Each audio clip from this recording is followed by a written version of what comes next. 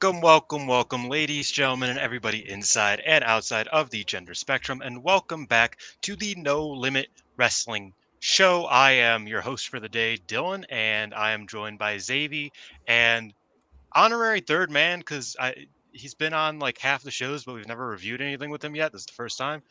Scott E Wrestling, how you guys doing? Let's start with the guest, Scotty. How you doing? Doing good. I'm ready. I'm ready. I was looking for the one card that I had of Arisa Nakajima, but I'm very excited to do this. You guys have been trying to make me watch wrestling for about 5-6 months now, which has been a task. I've switched the show about 17 times to the point where we're not even reviewing a show anymore. So, in a way, I won. I think I broke Dylan down enough because I don't think Xavier cared. Like I think Xavier was like, "Yeah, we can do whatever you feel like." I think Dylan was like, "Well, we could do a show. We could do a show." I was like, "I don't like to watch shows. Okay, I like to watch matches." So we're here to celebrate Arisa Nakajima. I'm emotional already, but I'm excited to be back. And Xavi, how you doing? I'm good. I was a little frustrated that Scott wouldn't make up his mind, but that was on the early stages. Like once we got past the early stages, I was like, "All right, man, whatever. Somebody just do something before I start watching something and we don't do it." Um, that's where I was at with it. Um, little do people know, we were gonna watch a Muhammad Hassan match from 2005 WWE That's originally. not true. I'm You shocked we. wanted to watch a Oh yeah, you did. 2005 You did. We WWE were pay talking per about a view, pay per and view. We were talking Muhammad about doing a Hassan was on WWE there. pay per view. I That's I don't true. remember. I don't remember what the match was that I made me think it was want to him watch versus it. Eugene. I'm like Nope, so serious. that definitely was not the match that made me They pick were that both on the show. card. Okay, I believe that, but that was definitely not the match. Like there was you one don't know match, that they had a big feud. They're and then we notoriously big rivals. Okay, And this is the funny thing is that like the uh, three of us, for those that don't know, the three of us basically every week get together and like watch the most random wrestling matches mhm. imaginable. Uh, I know me and Scott a couple weeks ago watched Umaga versus Cena, just that just was real. cause. We watched Ultimo Guerrero and Jamie Noble versus Tajiri and Jamie. Oh, Tajiri and was it Jimmy Wang Yang pre or no? He was the manager. We watched a lot of wrestling together, which makes it funny how difficult it was to figure this out. But of course, Scott ended up deciding on a Arisa Nakajima special. As you could see, wait, that's the wrong button. As you can see from the background, it's special today. It has posters of Arisa Nakajima and whatnot. It's all pretty and whatnot. Um, which meant that we had to record during the busiest week in Joshi wrestling because she retired last week and we wanted to be like time sensitive about it. So that's lovely. How is that decision treating you, Scotty? I think that's um, my biggest issue because you waited so fucking long to go. Yeah, we should just do a Risa Nakajima show. well, And it's like, well, then we okay, got to do it like this week. Yeah, okay. Listen. I didn't think of the week itself when I made this decision. I just thought I love Arisa Nakajima. I want to watch Arisa Nakajima matches. It made it easier. yeah, no, Little did I know that I would make stupid decisions along the way, that I would have to watch things and then record things. It's my fault. I accept it. But we're here. We watch 5 matches. Mhm. I'm I'm emotional. I know you're both emotional. It's fine. It's fine. This is going to be a fun review. It's good. We're good. Yeah, and the way it's going to kind of go is I wrote some notes just to kind of weave a story of hmm Arisa's career to be a little bit more retrospective. And on the way throughout it, we're going to talk about individual matches that we all picked. One of them Alex picked because he said, if you don't watch it, you guys are chumps. So we decided to watch that as well. And yeah, we are going to go through some of the best of Arisa Nakajima throughout her career. To start, let's give a little bit of background. Arisa Nakajima began her career in A to Z in 2005. She did exhibition matches um, right before A to Z closed down, and so A to Z closed down in 2006, and she followed Sachi Abe to JWP, where she spent most of her career. Nakajima retired in 2009 for the first time, and then returned a few years later in 2012. I think she might have come back in late 2011 just to be like, "Hey, I'm back, motherfuckers! I'm gonna kill y'all." Um, and then by 2013, she was the ace of JVP. I think it's pretty safe to say. hmm She was JVP Openweight champion. She won the belt from Kana in a match we did not like. plan on talking about. Scott, I know you watched it recently, but it was not on the docket, so we're not going to go into full review mode. If you can give 2 sentences on how good it was, please do, or less. It's up to you. One of the greatest matches I've ever watched. Arisa Nakajima is the best of her generation. Thank you. You gave me 2 sentences. Like, I don't know what you want me to say. Well, it's one of the. I'll say this: it's one of the most physical matches I've ever watched in my life. If you picked it up and put it into the '90s, it not only belongs, it's just one of the best. Yeah, like that's how great it was. At a time where obviously Joshi was starting to pick back up slowly but surely. That's one of those that I think, like, if you want to see the best of Arisa Nakajima, you watch that match. Or the ones we talk about today, of course. Yeah. They were all pretty physical. Yeah. That one was nasty though. Like there were legitimate times I just stopped the match and I was like, all right, I need like it was because like I think people have forgotten who, unless you obviously follow Joshi for a long time, you forget how vicious Kana was as a pro wrestler, and like few people can match that physicality and nastiness. Arisa Nakajima was one of those people that could match it, and has that was all the way till her retirement. That was one of Kana's like last big feuds before heading to WWE. Was against Arisa Nakajima and JWP. Like I said, we're not going to dive too much into it because if y'all do not know who Kana is, Kana went on to become Obafemi. Yeah. Yeah, that's awesome. Yeah. From far and wide, light years away, Obafemi. The original Obafemi is what you're saying. This new one's El Hijo de Obafemi. Obafemi Dos. But after winning the belt, I believe it was her second time from Kana, she ended up 2 weeks later walking into enemy territory to face the World of Stardom champion Io Shirai in a winner takes all match at year-end Climax 2013.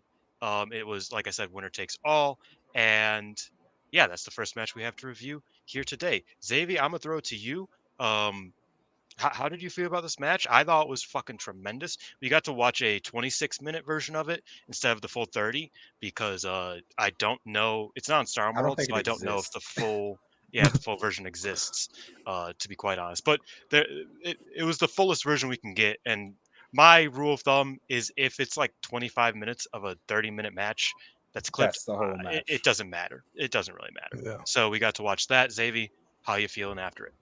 Oh, I was on cloud 9 because I had worked like all day, and then I came home and said, I guess I should start watching these matches. I watched this one. I was like, now I need to watch all these fucking matches. That's what I need to do. Basically, they started off with some mat grappling, but everything was like super gritty and snug. It wasn't like you're filling out like, we're just gonna roll around on the mat, fill each other out. It was, everything they did, like even a headlock, it had some little hate behind it. It was really nice. I liked it. They were like forcing every hold and every takedown that they tried to one another, so it didn't look like they were just going through moves. It's like they were forcing each other down to the ground, and probably were.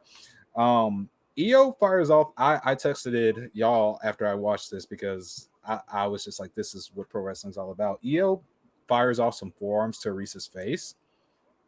So Arisa responds by grabbing her by the hair, turning her around, and then elbowing her repeatedly in the back of the skull. Classic. Just like that, man. It's classic, man. This is one of a kind pro wrestling, man. Io slides under the ring when they're on the outside and literally crawls to the other side just to pop back up and springboard to the top and do a splash to the outside. An over the turnbuckle splash too. Yeah. Like it got air, man. Tam Nakano wishes. Like she got over that shit. It was crazy. And it's funny because like she probably didn't even need to do it. She just felt like it. It was an interesting spot in that it's like you don't really think of it like that's a very like. She was thinking about that earlier in the day. Like, I wonder if that would be an interesting thing to do. Yeah. And then she did And it, it's and I like was a like, the fuck? very hard spot to pull out and not have to like stall for time if you're not Yeah. as fast as she is. I So think that's a huge thing about this match. Sorry to interrupt, but I think that's a huge thing about this match is that it's like even though it was clipped by a couple minutes, it was the most like breeze of a 30-minute draw I have yeah. ever seen. And Mhm. I don't think it would change if those extra 3 minutes were in it because like it was just such a seamless match. It just was a constant flow of action. Like you said early on, the grappling was incredibly well done. It felt very old school in that it was very much focused on the struggle of it all. Hmm. Um, not to criticize anybody nowadays, but I think there No, a but lot of we can. people. That's what this show's about. I think like, and this is a very okay. I'm gonna criticize very specifically. I think Julia and Shuri their Ah, grappling frustrates me because it feels like they are grappling for the sole purpose of, oh yeah, we grappling. grapple to start the match. That's what you do. So we're doing that.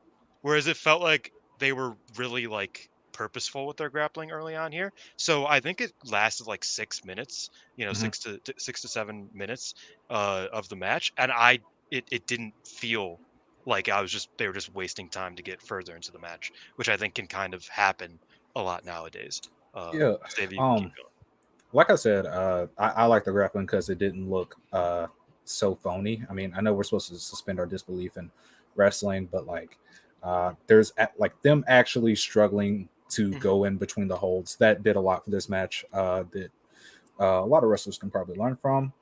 Shouts out to Io Shirai, one of the few people who know how to do a proper crossface. She had that bitch on snug.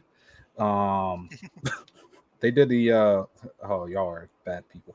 Um, the forearm exchange while Arisa is attempting to climb the ropes gave me life because I usually hate spots like that where they're just like stalling at the top and like, oh, we're gonna trade these forearms, and it's just you can like tell it's coming, but here they were just like firing bombs, and I like that a lot. It's absolutely absurd how good Io's moonsault to the outside look. It's like so graceful, uh, Mhm. just insane visual. Like anytime she does it, even now recently seeing her do it, it just probably the one of the best moonsaults of all time, if not the best. Um, Arisa's got to have a top five double foot stomp as well on that end because she lays that bitch in. Hell of a sell from Arisa on the Angel's wings that Io Oh does yeah, because yeah. she took a face bump and she was trying to spike herself. So she Mhm. lands on her face and is spiking herself. um, um, I don't know after how this, she made an angel's wings look like it was like concussing her. I Like I don't was just like, know. you didn't need to do all that. It's different generation, man. After the shutdown suplex near fall, Arisa just punts Io in the face and then knees her in the skull repeatedly. Yeah. um, Io has a fight back moment and she fights back swinging with everything she has at Arisa and then starts hitting 3 moonsaults in the corner only to get a 2 count. I love when getting closer to the time limit and there's no stalling. I think that's my big problem with time limit finishes nowadays. Is as soon as you hear that call, it seems like they're stalling and they're waiting to get to that draw. As where these two, they're trying to win, although the time's like ticking down. They're like trying their hardest to actually win and not trying to get to that draw. I love the series of exchanges toward the end to try to get the win. When the time limit hits, it's like, oh my god, they just need to keep going.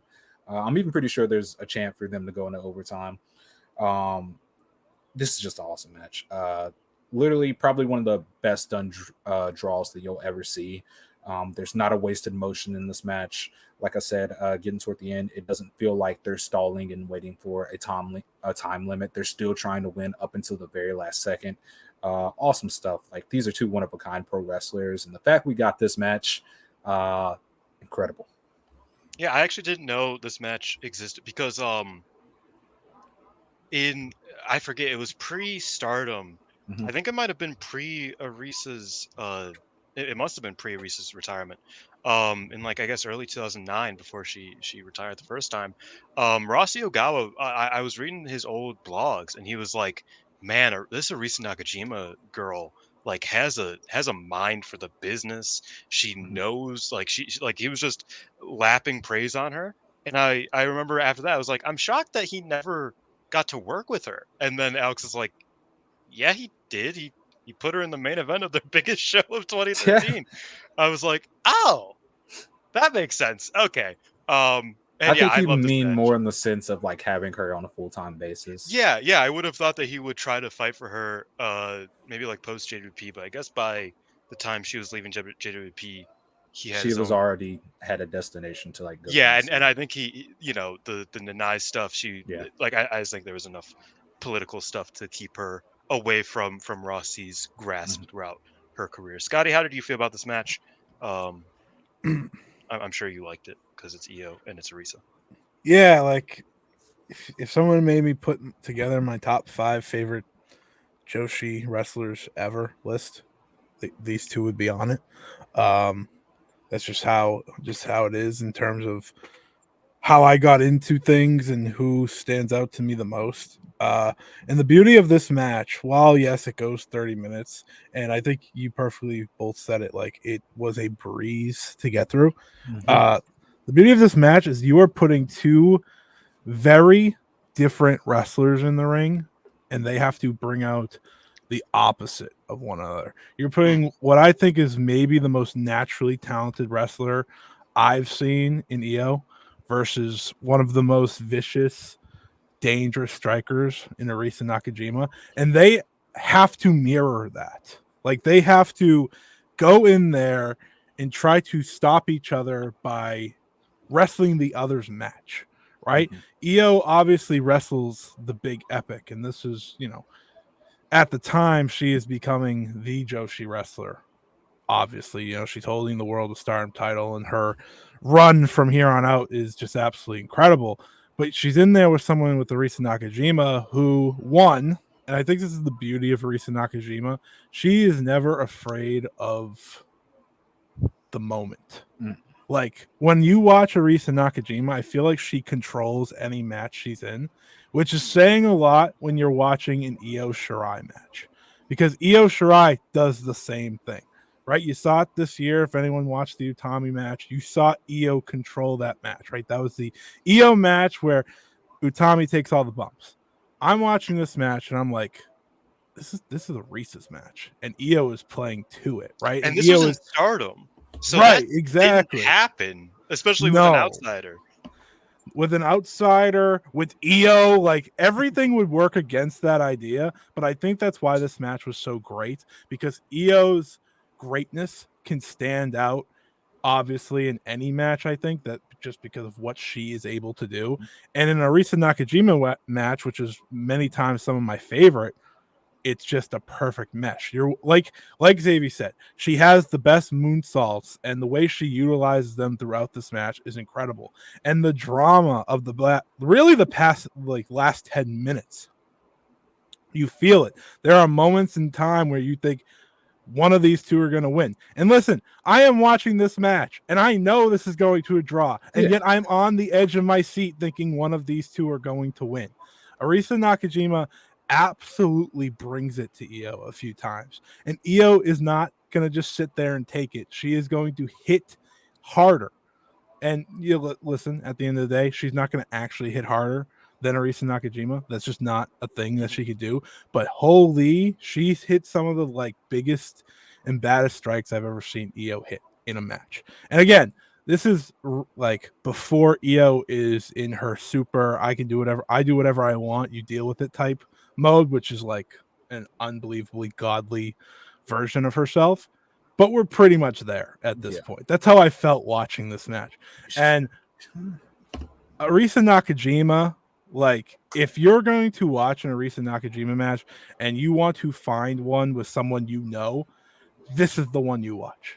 Like if you're going into this and maybe you don't know much about Nanae, which you need more passion in your life. Agreed. If you don't know much about Tsukasa Fujimoto or Hanako Nakamori, or the list goes on and on, then you watch this one because you're gonna see the best of Arisa Nakajima, the best of Io, go for 26 minutes of the 30 that we saw, and you'll never ever for one moment be like, all right, this can get over with. I was like, no, I need this to keep going. And the fact this is all we got hurts me deeply. Like that's the worst part of it all. Yeah. I'm watching this and it's like it's kind of in a way, like obviously their connection isn't like as deep beyond like this match, but in a way, it's kind of nice to see Io return to Japan the year Arisa retires. I don't know why. It's just like I watched this match the same year all that happened. Pretty cool little thing. Just two of the best of the past 2 decades, really. That's what these two are, and they show it in this match. And the crowd is hot, the match hot, and the closing, like you guys said, it doesn't feel like a present day draw where you're feeling that draw. You think there's going to be a winner until the bell rings. Yeah, and to your point, like you said, where Io's not quite to the level where she's like, I am just the absolute fucking best, and I'm aware of that yet, but we're practically there. And I think one of the things a lot of people probably don't know about Io's like run at the top of her game is it's very easy for her to eat up her opponents, not in the sense of she's trying to outshine them. It's just that she's so good that it's really hard for her opponents to like even keep up just a little bit. Didn't feel that here. Arisa was like, listen, no matter who you are, this is my match. We're doing this. And it even feels like that look at the match graphic. Like you just look at Arisa's face. She's like, this is my match. This is an equal this is an equal sign right here. Yeah. And while they wrestle different styles, like you mentioned, it's like they have the same idea of what they want out of their pro wrestling. And we got to see that on display here, which I'll say this before Dylan goes. When this match was over, I literally just said like I love pro wrestling. Like this is why I watch, man. You know, it's like this might have been my favorite match we've watched. I don't know. I loved all of them. So it's like, but this one was like I think this one was my favorite. This is probably my favorite in terms of like full on wrestling. It also features, like I said, two of my favorites. So there's a favoritism there, but I mean, everyone should watch this. It's easy to find. I can't stress that enough. I'm going to say that about every match, but you need to watch this because, like I said, two of the best of their generation. Yeah, one thing that did set this match apart, and it's kind of just that some of the other matches were victims of circumstances more than anything, is that the production on this one, I believe that Arisa Nakajima is an audio-visual professional wrestler. If you watch her matches on mute, it's not the same.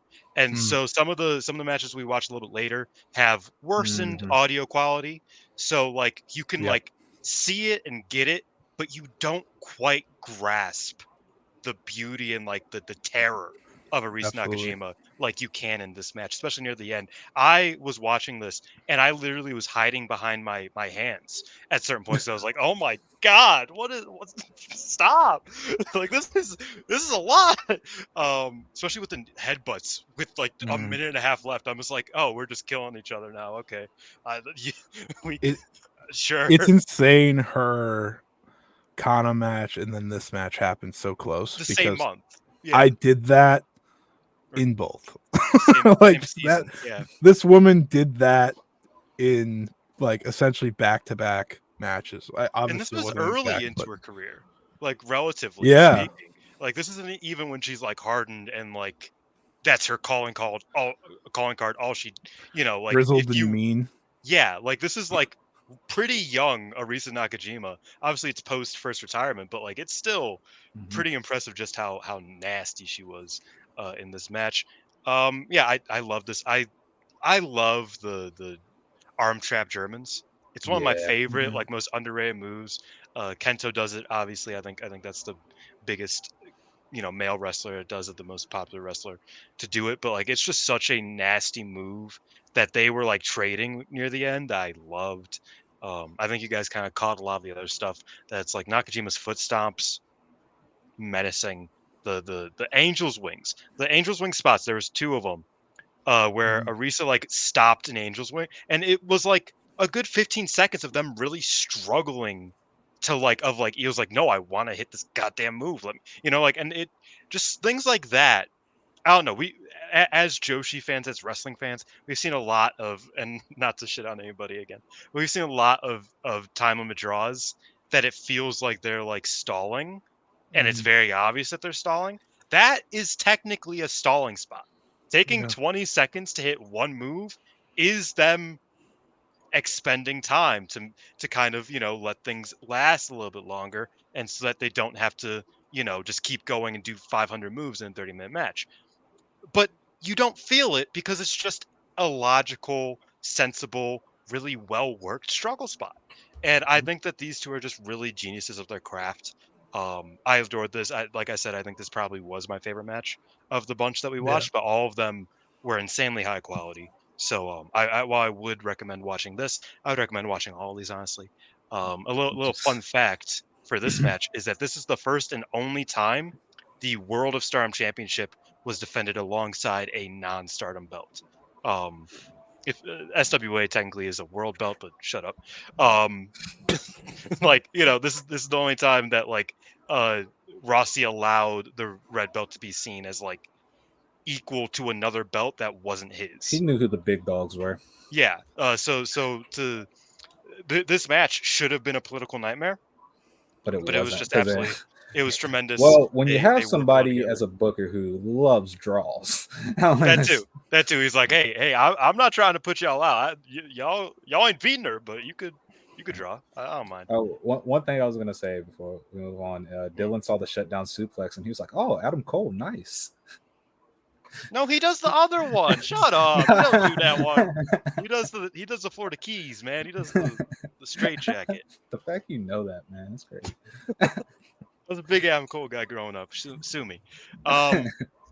Okay, but after this match, Nakajima obviously continued to dominate JWP. Mhm. She became a 4-time JWP Openweight champion, got 11 titles with the belt, 957 accumulative days as champion, one of the most successful of all time. And JWP's been around or was around for a long time, but all good things must come to an end. And as JWP neared its end Yeah. as a company, Arisa Nakajima announced that she would be leaving at the end of 2016. Obviously, JWP would close down in the spring of 2017. And the problem with that is that Nakajima announced that While while she was champion. JWP champion. So they were like, huh, what are we gonna do? And the answer was Arisa Nakajima versus Hanako Nakamori at JWP Climax 2016, the last JWP Climax event. If you remember last month, the last episode, No Limit, we watched JWP Climax 2015. Mhm. So the amount of difference that a year makes is quite remarkable. With Arisa on her way out, the company on its way to bankruptcy, and yeah, this was the next match we reviewed. It was the main event of that show in Korakuen Hall. Um, like I said, this one did kind of suffer from the audio limitations, Yeah, but because it was the samurai ones that are like the commentary track is over the audio track, Yeah. so you don't get to hear the audio track. yeah. Um, but to give a little bit of background on this match itself, these two were pretty much lifelong rivals. Not lifelong, career-long rivals. I think this will pop at least Xavi. Their first singles match happened in 2006 in a show co-produced by The Woman and M Style, baby. Yeah, throw them up. That's what it's all about. That's what it's all about. Shout out M Style. That was the first time they wrestled. Hanako was going by Hanako Kobayashi at Yeah, the her time, shoot. and ever since that point, they had wrestled at least once every single year. And this was their last match for a couple years. They took a break from wrestling each other until I want to say like 2019, maybe 2020, when they kind of reunited. But yeah, so I'm gonna start with Scott. How did you feel about this match? Like I said, it kind of was a. I wanted to get one like high profile JVP match from Arisa, so we picked this one instead of some of the more high You profile. picked you skipped the Kana one. Also, let's be honest. Like Yes, Xavi wanted Nakamori on this, yes. Yeah. Let me preface that. There was just no world where she wasn't going to be on this. which is Yeah. valid. To be fair, To be fair, she's literally one of Arisa's like biggest rivals ever. Come on. Yes, and the thing was that we kind of wanted to go back to matches that we aren't super familiar with. So they're That's why we arguably they're didn't pick the better. seed one, which is That's what I was going arguably to say. better. They're better series of matches happened in SEAdLINNG in like 2021, 2020, during COVID. they're incredible. Yeah, they're great, but we kind of wanted to go pre-COVID just to kind of go through some of the stuff we're a little bit less familiar with Arisa.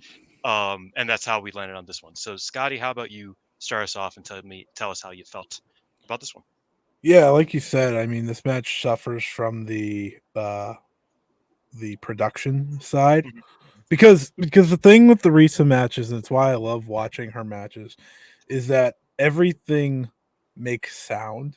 Like everything Yeah. she hits makes a sound that you're like, that's not good. Like in a good way, it's like that had to hurt. And I think she has like people talk about like forearms and shit. I think she has the best forearms. Like Hmm. they just absolutely rock people. And I've watched enough matches to know that I can watch this Arisa match against Nakamori, and I know what those sounds are. I Like know how sometimes broke nasty through. this is. The sound sometimes Yeah, broke through. I was like, which damn, is that I should terrifying. not be able to hear that. And it's similar for Nakamori because her kicks are so loud Yeah. and nasty. So it's like I this think match that's hurt what them the both seed evenly. one's better because like where Yeah, seed's like super like the yeah, audio is pumped all the way up for the in-ring Hmm. action. exactly. Like that. That is the difference. But after all, like you're watching two lifetime rivals, as Dylan likes to say, um, which valid, honestly. Um, First match was go in head to head, 2006. right? So it's like it's really interesting to think about it in that respect, right? Because these two are going at it. Arisa's leaving, so there's a story there, but at the same time, you're just watching them kick each other's asses, and like honestly. That's why I watch Arisa Nakajima. That's why I watch Hanako Nakamori. I thought this match was really, really good. I'll just say that. Like it, and again, like had this been a match that had like the similar sounds, and it gets bumped up for me even more. It's just like that's how if you've watched old Joshi, you accept it. Okay, this is the life you accept when you want to watch certain things.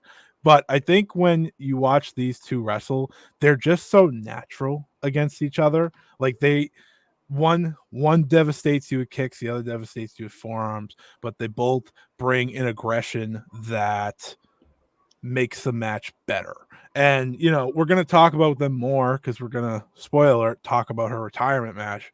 Um, it was fun to watch this first and then Mhm. watch that because it's like they're still the same. Like Arisa Nakajima is about to retire, right? In this match that I am watching, and they're still wrestling as if it was what year was this 2016. They're Yeah. still wrestling like that. They're still that great. They're still that special when they connect. So ultimately, like this match got bumped once I watched the retirement match because there's appreciation there of the connection between these two, and Totally. ultimately like for JWP and what these two mean to that promotion, especially towards its end, is incredible. And you feel that throughout. And I think with Hanako Nakamori, this is someone who, we talk I think it's widely accepted now, at least between us three and a few others that we talk to, that Arisa Nakajima is gonna be like go down as the ultimate didn't get her flowers Mhm. wrestler. Yeah. You want to talk about someone that doesn't get their flowers? Hanako Nakamori does not get her Xavi flowers. always wants to talk about not I know getting her was flowers, man. I have Xavier's a the only whole person. article about I her. know. Right. Like that's my thing. It's like these two are like two of the best. They're They're from all the right. generation that's gonna be forgotten. Them, Hiroyo, Yeah. like they're from that Like forgotten generation. Mizunami. Yeah. Yeah. ultimately, like Arisa was one of the best until her final day. Her final day in the ring. Nakamori still is one of the best. That's the beauty of this match. And like I said, if you watch this and then watch the retirement soon after, you're just gonna be like, they never missed a beat. And that's incredible, right? But it's been years. It's been a lot of injuries.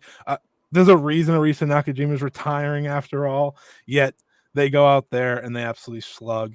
And it's the beauty of this match. I think everyone should check this out because, like I said, these are two wrestlers that will never receive the proper amount of flowers they deserve for their incredible careers.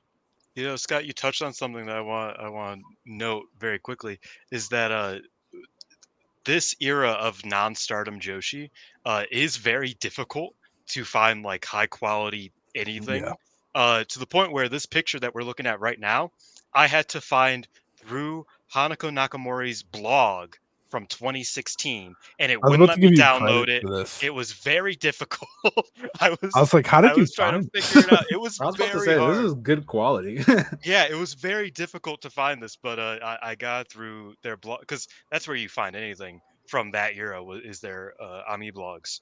Mhm. Except for Nakajima, who didn't start hers until she joined SEAdLINNG. So there was nothing from her from anything before this. It was hard, but She got a laptop when she joined SEAdLINNG. That yeah, was I part I of the think contract. Yeah. she might have had a JVP blog that she like deleted actively. Yeah. Like usually they stay up this like archive, but um yeah, I think she might have deleted hers completely. But Xavi, I know this is your favorite wrestler, and this is Arisa Nakajima. How do you feel about this one? Did you watch this? Have you seen this one before we watched it No, I here? watched a different one. Yeah. Okay. I watched one at a smaller venue. I didn't watch this one. First of all, love the JWP belt so much. This It's is a beautiful actually belt. um from what I saw, people can correct me if I'm wrong, but by what I found, this is only Hanako's like fourth attempt at the open weight championship of It JWP, was her first and win, definitely. this is her only ever run with the belt as the Yeah. company goes into closure. She's double tag champion right now, Daily Sports and JWP. Nakamori pushed Arisa's shit back to start this match with a roundhouse kick to the head, and then the Otani face wash to the outside. I can say without a shadow of a doubt that Hanako Nakamori is by far the best wrestler that does the Destiny Hammer, which is the diving knee off the top. That was a Tam Nakano shot. If it went over your head, Scotty. No, I got you. I love the transition that Arisa did to block Hanako's kick and get into the ankle lock. They actually revisit that same transition in the retirement match when me and Dylan were watching, I was like, Yeah.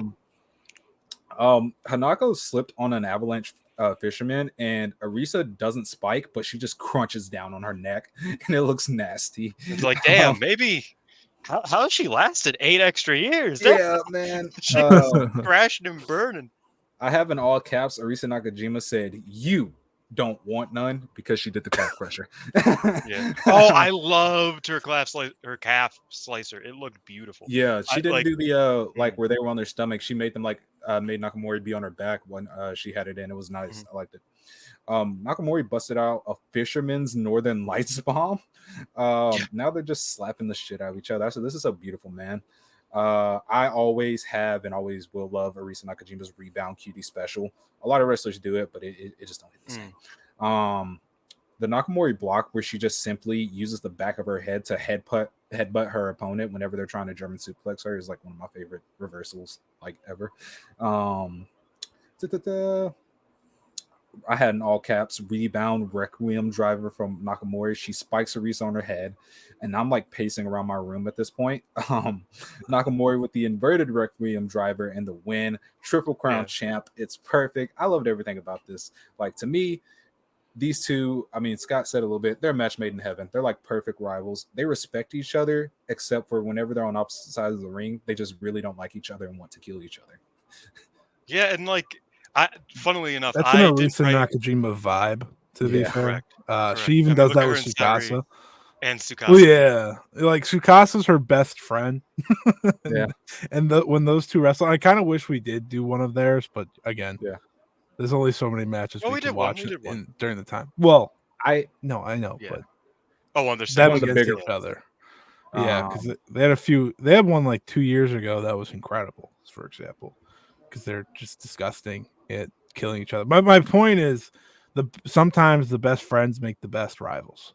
Oh yeah. and I think when people watch this match, before Dylan says anything he's got to say, before we get to the retirement show, is well, first of all, JWP when they closed Command Bolshoi launched Pure J, which is essentially an extension, and that's where Nakamori belongs to. They get your They shit did, in.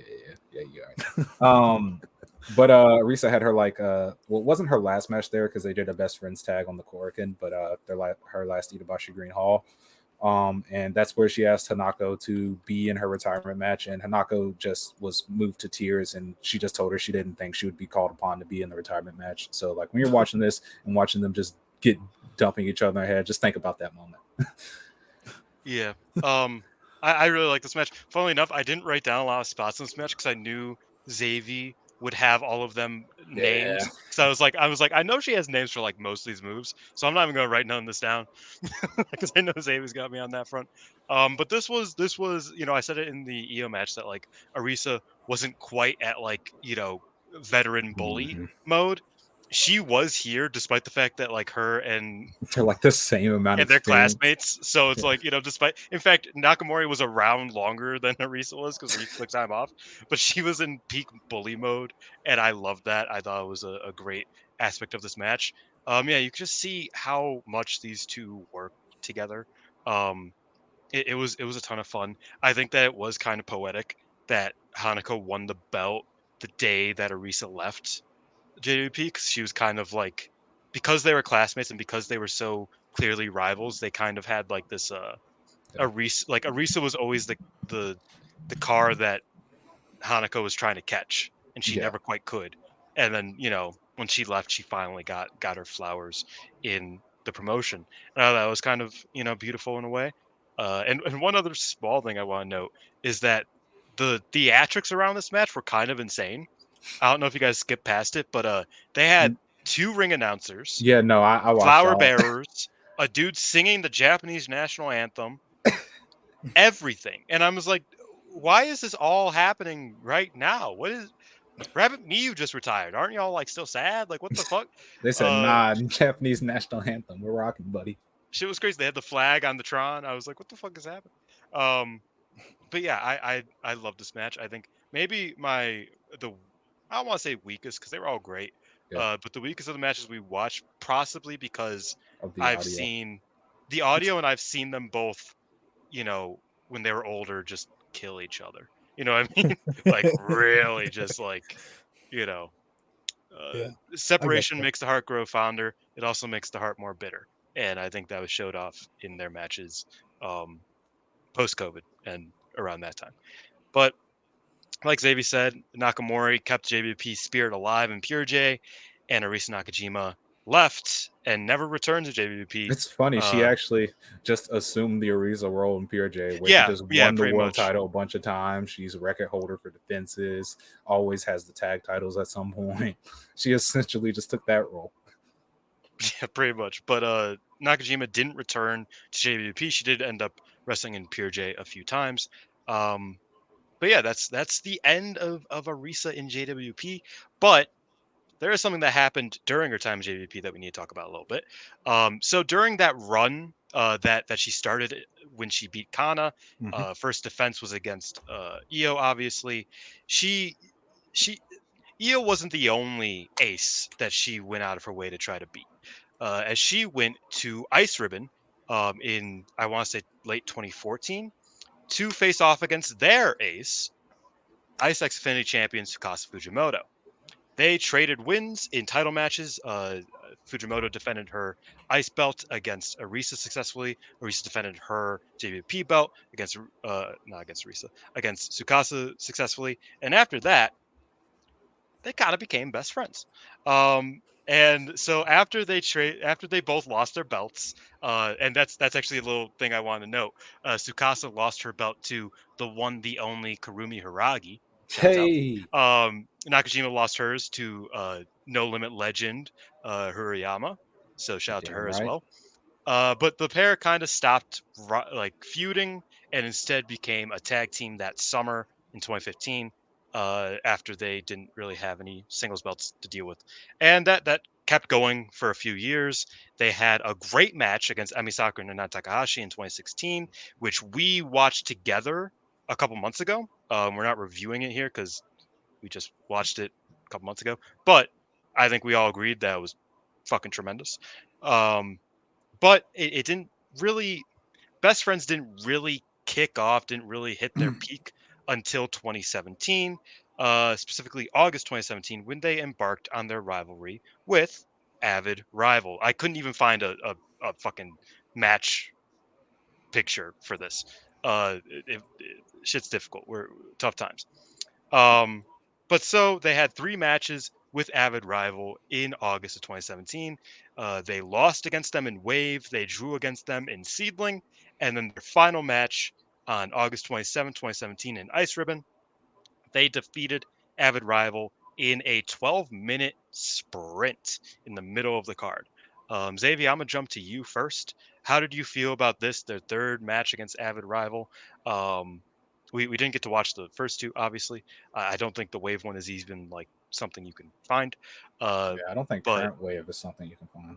yeah, exactly. So we watched this one because the seedling one was another 20-minute draw. And we were like, we don't gotta do it in our draw. Xavier, how do you feel about this Avid rival versus best friends matchup?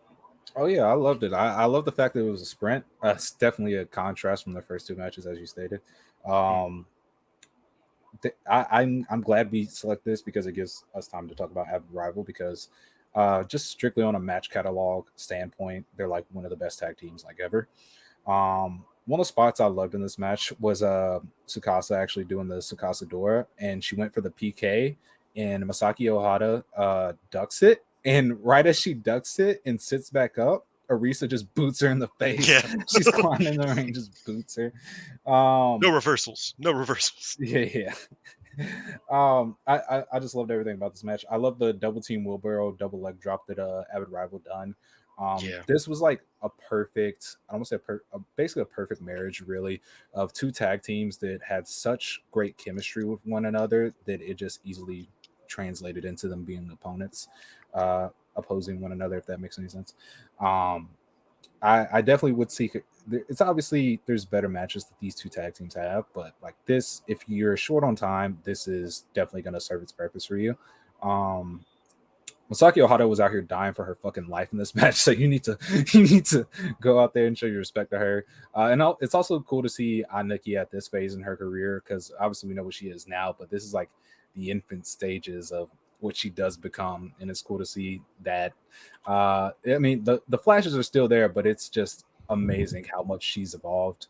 Um, Avid Rival is somebody I hope we get to talk about more on this show, Mm. just because I love them as a team and I just love Misaki Ohara as a pro wrestler. But yeah, that's all I really got for this match.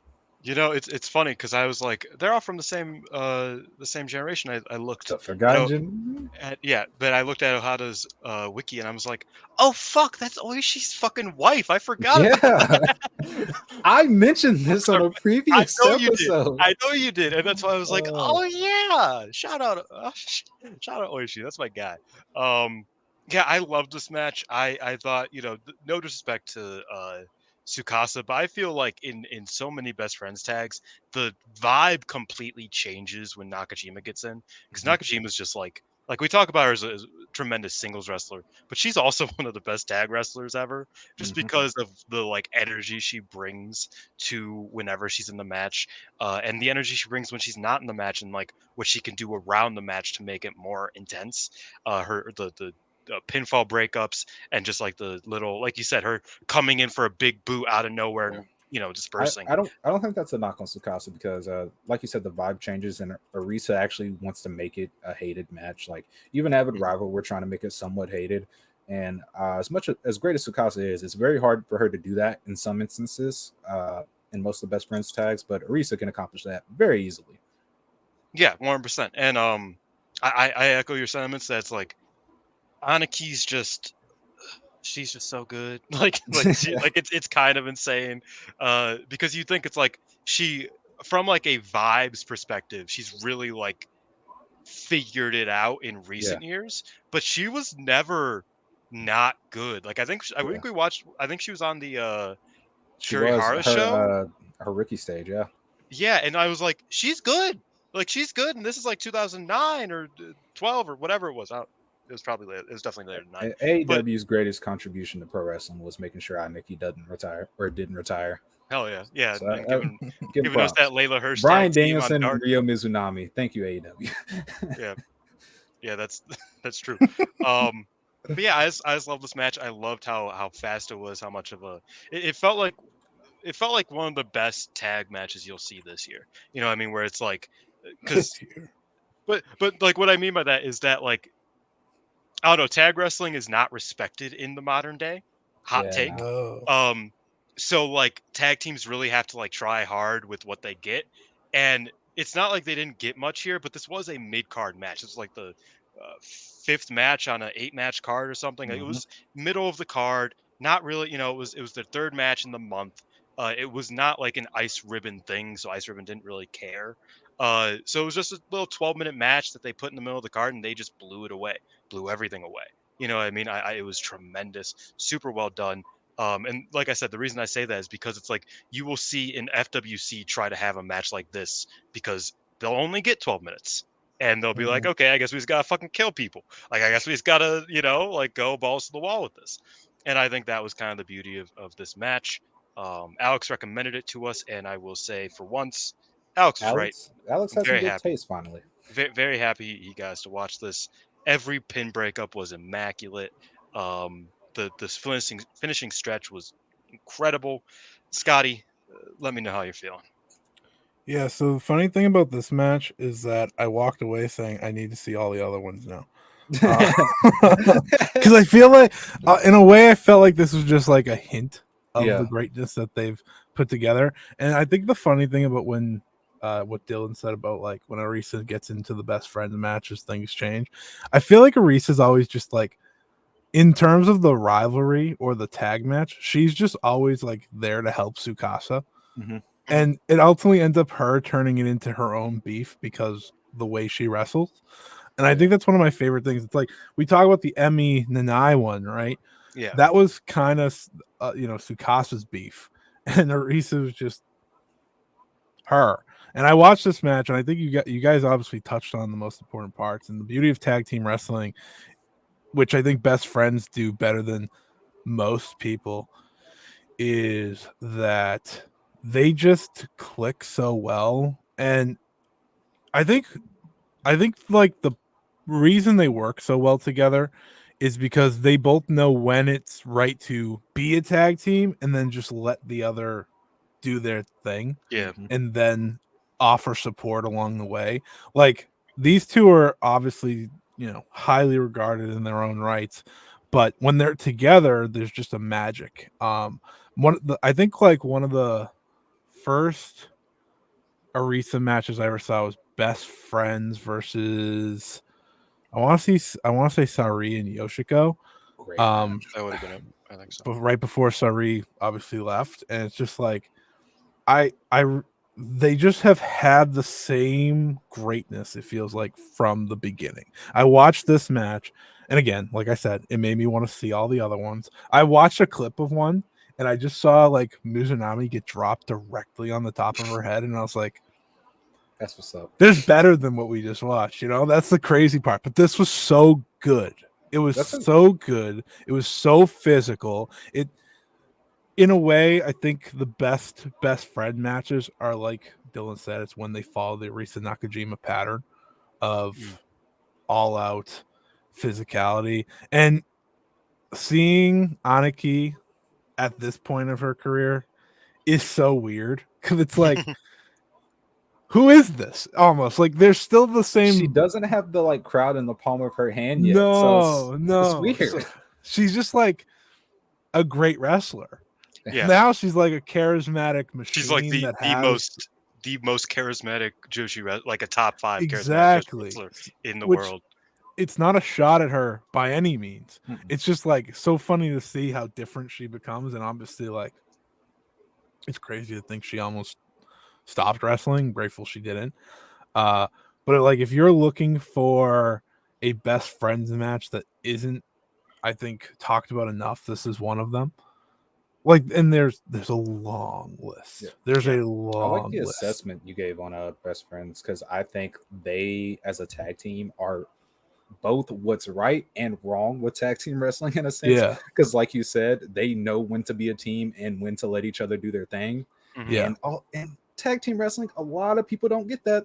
No, And it's I either mean, one or the other in yeah, tag And and I team they think wrestling. It that feels has like. to with do a that, man. lot with a lot of people desiring to just be singles, so they don't really care enough to actually put in the effort to make a tag team Which match an actual tag team match, Yeah, which is probably crazy because the like you most see frustrating some, thing. I think that's one of my like least favorite things about professional wrestling culture now is that nobody is cool with being a tag team. And it's like best and friends it's like, were both aces of their of several companies, like yeah, three companies over the past, you know, And it's like 16 you see years have some had of them these as ace. companies, especially in Japan, like some of the smaller ones, where just like main event talents take pride in being in the high level tags and Hmm. Yeah. making them great. And it's just weird that a lot of people don't follow that same suit. It's like you can still shine and be in a tag team. That's fine. Like you're just acting Hmm. like if you're in a tag team, you're never gonna succeed on your own. That's like couldn't be further from the case with best Right. friends. It's the Yeah. Montez Absolutely. Ford thing. Like Yeah. it's where it's like, oh, he's gonna really be a big top star. It's like he's been fucking 10-time tag team champion. That's a big deal. Why isn't that a big deal? Right. Like, you know what I mean? They I totally they're agree. like the solution to tag wrestling, and I Mm. that's like a crazy thing to say, but they go apart and come together so many times. Like there's no breakup, there's no like anytime a best friends match happens, you're like, all right, I'm locked in. And then when they don't wrestle with each other for 5 6 months, it's like okay, whatever, because the next time it comes around, it's like it's notable, it's necessary. That's something I really learned to appreciate here in their last few months together is like, we got to see them versus Team 200 kilograms, which was just in many ways an exhibition, Yeah. but it was like, let's just make sure we have this match, right? Because it's like, if Yeah. we don't have this match, And it hits the draw, and you're just like, come on, man. They could yeah, they were getting going, man. like yeah, it's the best tag teams that make things look easy, and these two teams made things look easy. And I think Dylan said it right. It's like it's what frustrates you about current tag team wrestling. It's that like it could be this good, but no one wants it to be this good Mhm. because no one works the way Arisa and Tsukasa do together specifically, um, which is a shame. And it's another reason why Arisa's retirement I think hurts so much. We are losing not only a great singles wrestler, we are losing one of the best tag wrestlers, period. Um, Arisa has multiple partners that she's been great with, but obviously Sukasa's the The top most dog. known. Yeah, yeah. So this was great. I think every match you can find one way or the other. But like there's a title match between these two, right? I think Maybe. I don't know question for mark. sure. I think in Ribbon Mania. Um, yeah, I think Ribbon Mania maybe. I'm looking at the cage match as I say this, so don't quote me on this. But I think there's just like a multiple you can go out and find. Good luck on the Wave one. I wouldn't I wouldn't put my money on finding that, but the beauty of this is like there's just Oh so yeah, many the great tag first one. matches. So there were, yeah, so these three happened in the same month, but in late 2015, while they were still the aces of their companies, um, well, Arisa was the ace of JVP. Yeah. They did have a tag title match at Ribbon Mania 2015. You're right. Yeah. Because I Which always felt there was more than three, but then everywhere I was looking, it's like, nope, there's three, and I was like, wait, what the fuck do you mean? yeah, because I was looking, I was like, I'm pretty sure they had one Fun. in there somewhere. Yeah, I was Yeah. like, I'm pretty sure they had a title match, which funny enough, I found the link to. Um as I was sitting here looking for it because I was like, well, I'm gonna save that for myself later. Um, and we might end up watching it together. But yeah, like go out of your way to watch this because I think seeing all four of them, Mizunami's just a trip though. Like that's that's actually my biggest takeaway. Especially if I was you like, want, Yeah. like, I'm pretty sure a lot of people, if they're watching this, have seen Mizunami current day yeah, in some form, whether that be overseas in AEW or just what she does now or the popping in the the best member of the TJPW. AEW women's division, best member of the Yeah. TJPW women's division, best member The of the women's division, like it's not a whole company. shut up. It's You know what I crazy. mean? But yeah, it's just such a There's a trip because panda. it's like as soon as her music hits, it's like the crowd's completely on her side, the energy's through the roof, and we're not quite there yet. Like the pieces are there, but they're not fitting the puzzle just yet. Yeah, no, you're 100% right. I think I I went through, like I said, I went through some blogs after watching all of the matches just to see if I could find any cool little nuggets here and there. And the blog Arisa Nakajima wrote right after this match was entitled "Best Friend Summer." And she said, and I quote, "We were finally able to win in the final match against Avid rival. The three consecutive matches allowed us to reaffirm the joy of winning. This summer will never come back, and there will never be a summer, quite like this again.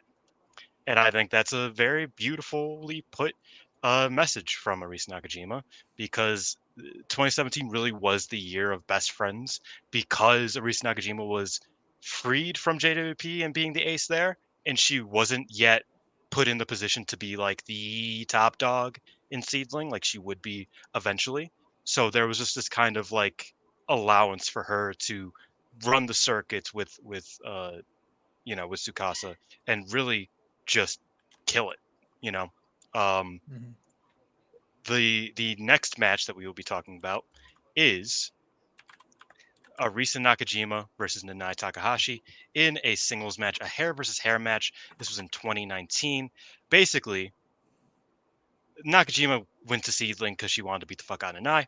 Nanae invited her into SEAdLINNG because she wanted to beat the fuck out of Arisa Nakajima. So It's so real, man.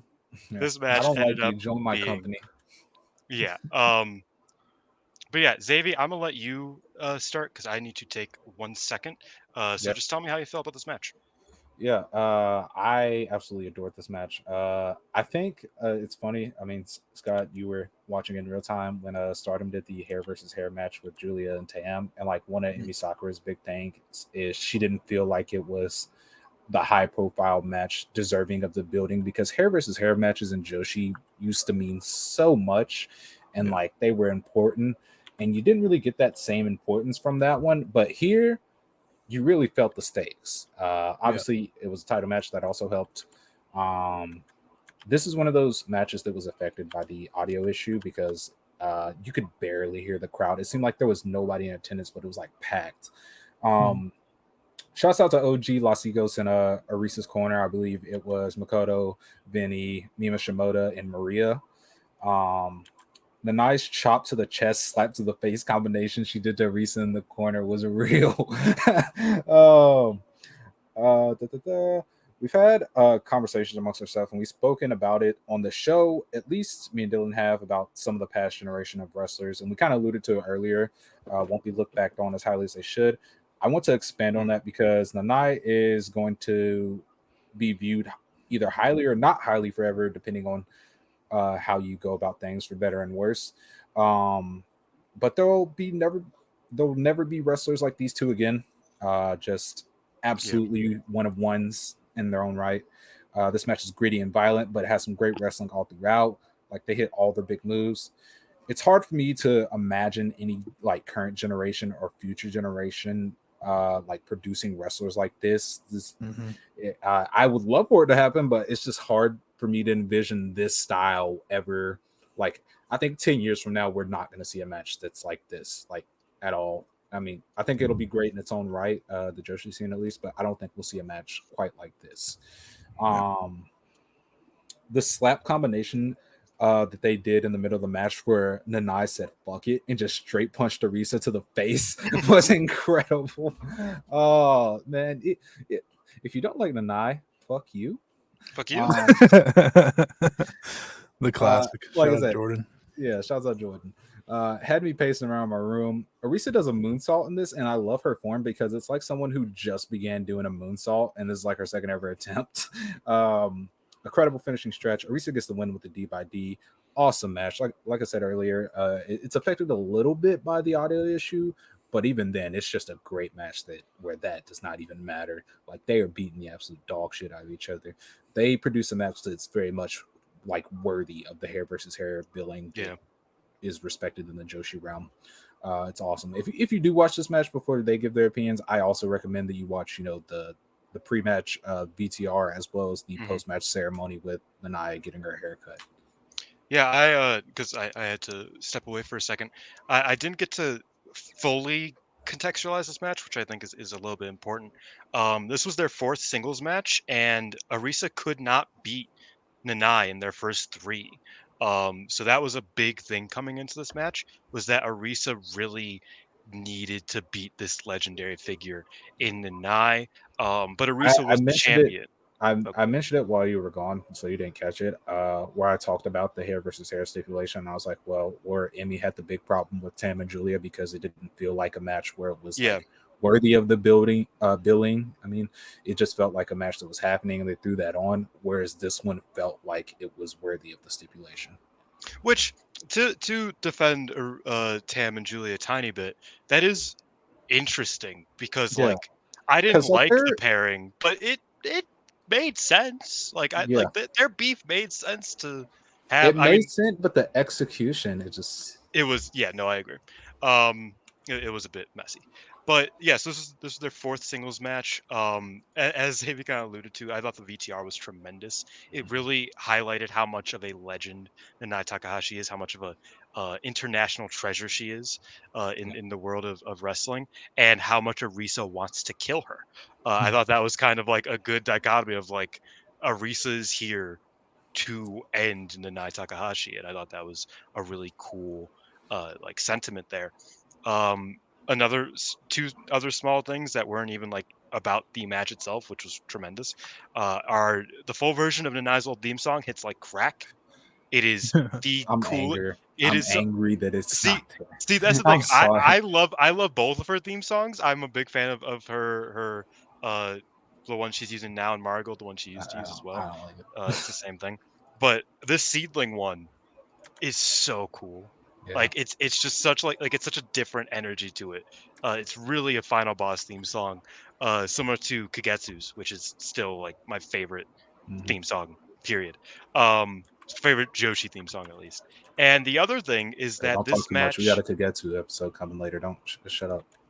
good point. But the other thing that we I wanted to mention is that Team Golden Combo 1987 was here and present for the ceremony. They actually got to cut some of Nanai's hair. They have a very famous uh, hair versus hair match from 91, maybe early 92.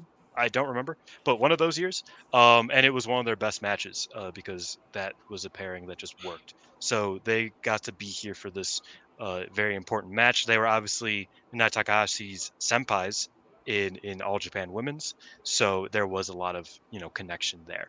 But that's the context I wanted to give after the fact. I apologize. But Scotty, how you felt? How did you feel about this match? Give us the rundown. Yeah, this wasn't a first time viewing for me, Mhm. so it wasn't like I saw something new, but I appreciate it all the more as you watch this and you watch them compete one final time. Obviously, in Marigold, it's like the history that they put together on the Joshi Indies.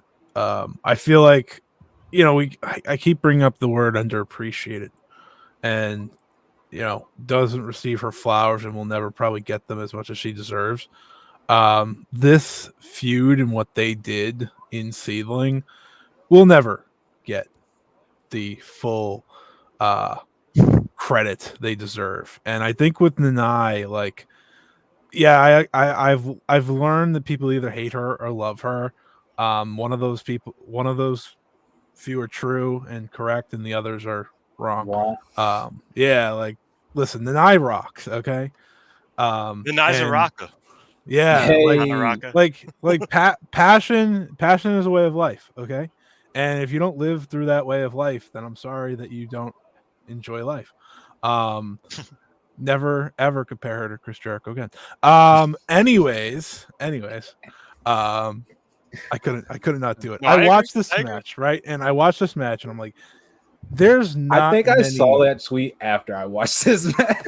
So yeah, it this became a more match. visceral reaction. Uh, like you can't watch this match and think anything besides like this is the best kind of pro wrestling. Like when these two just go in there with this true emotional result that's going to happen at the end, no matter who's winning or losing, right? Getting your head shaved is a very emotional thing, right? Like it's one of the more emotional post matches you'll watch because Arisa Nakajima is crying maybe more than Nanae, who's going through it, right?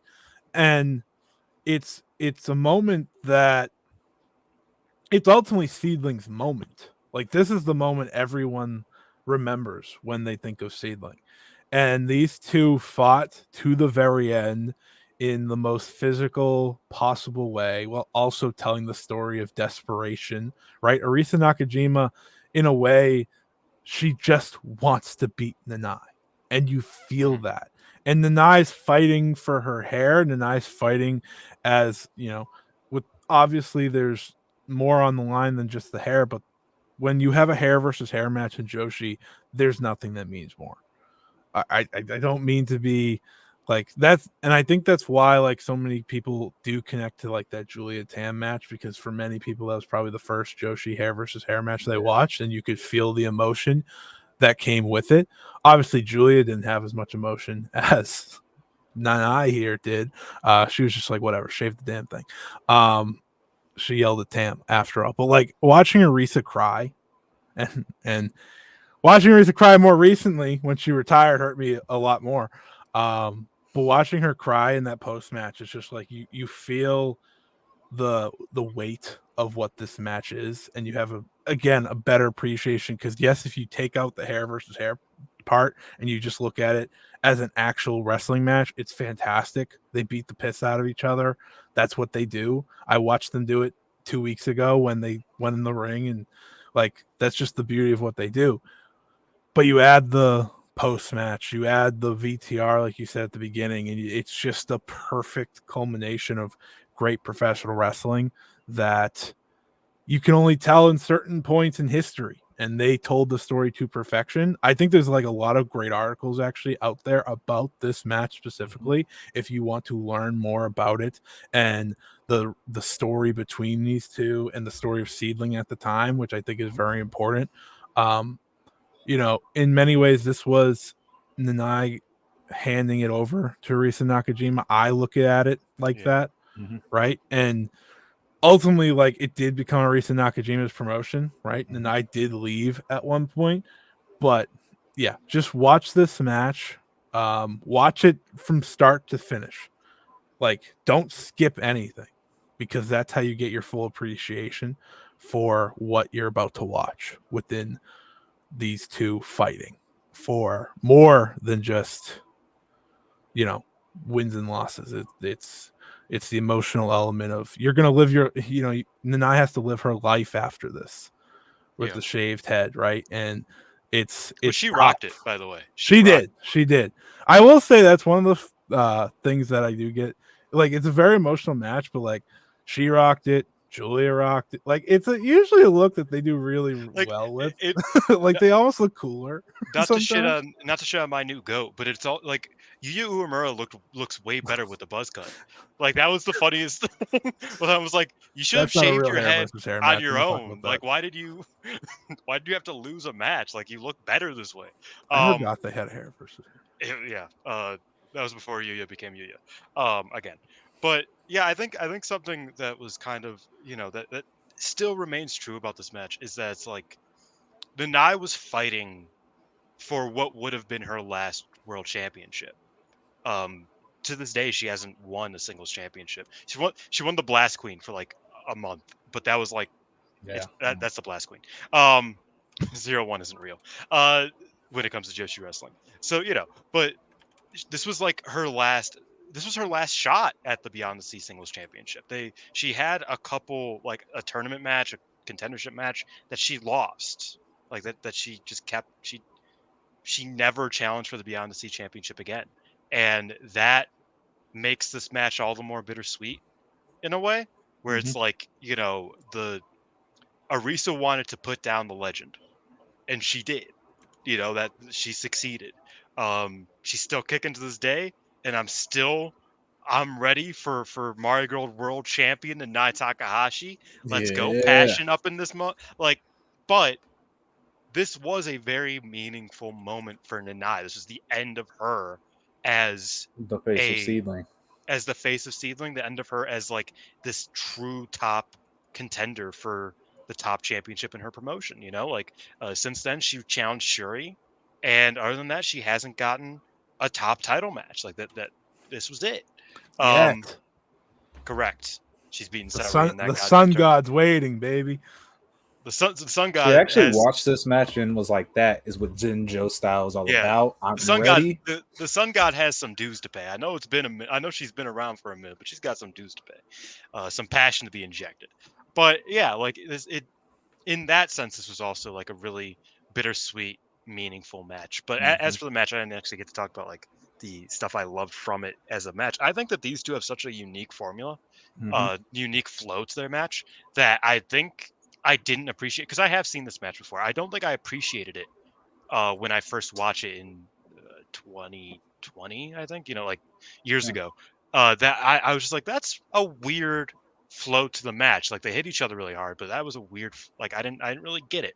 And then I watched it here, and I was just like, oh yeah, okay, that, yeah, this is perfect. It comes around for you. Gotcha. This is 100% like what you want. Because it was a like they have one speed and it's I'm gonna beat the fuck out of you and you're gonna beat the fuck out of me, for better for worse. You know what I mean? And I thought that made this match so unique and so fun. And they just beat the fuck out of each other, man. And I got Arisa in the corner for a violence party, which is usually like an overhand forearm and a chop. Instead, Nanae was just like punching her in the face Yeah, yeah, like just slapping her. yeah, I was like, that's not what a violence party usually looks like, but that's better. yeah. I like This, this one. this is a very random thing, but I watched this match and then obviously like the events that happened in the past 2 weeks or whatever. And I was like, man, I think the greatest intergender wrestling match of all time would be Bryan Danielson versus Arisa Nakajima. Yeah, yeah, Just right. like I watched these two. Obviously, they're both like one ended their career and the other is on the way there. And I was like, I don't know why. I just feel like these two would have that match. Like if it ever magically happened, obviously it's not gonna, but like it would have been special because like there's a reason Bryan Danielson's theme song says he's gonna kick your fucking head in. So So you're gonna get your fucking head kicked in. I love that. It's best chant. I don't know why nobody fucking chants it no more. But yeah, I agree. it's the final countdown. That would be well, obviously. I just wanted to say it. I'm sorry. Yeah.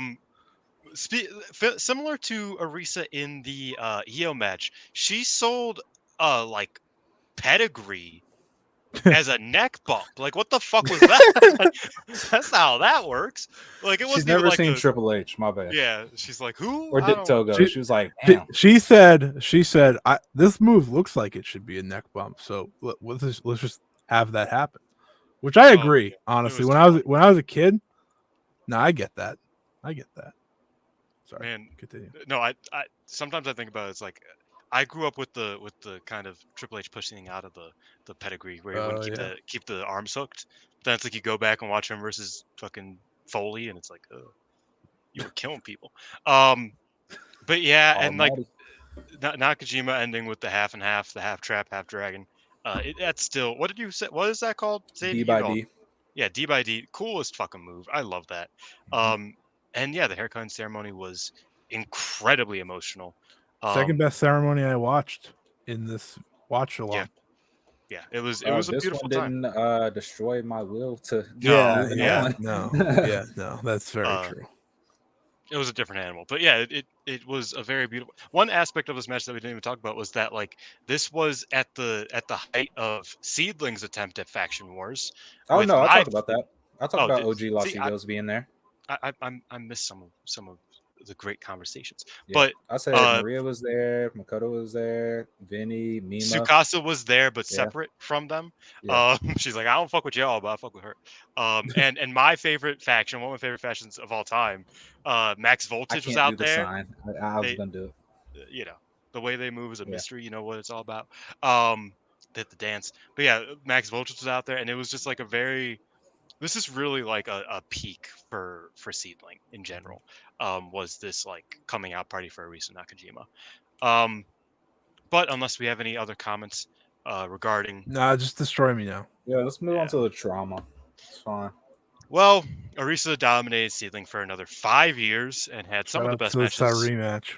Yes, the Sa rematch. He had some Alex hated Hanako that shit. matches. That's why he wouldn't come on the show because It was it's in like, boycott. we lied and we Um, said we were gonna watch that one. And he's like, yeah.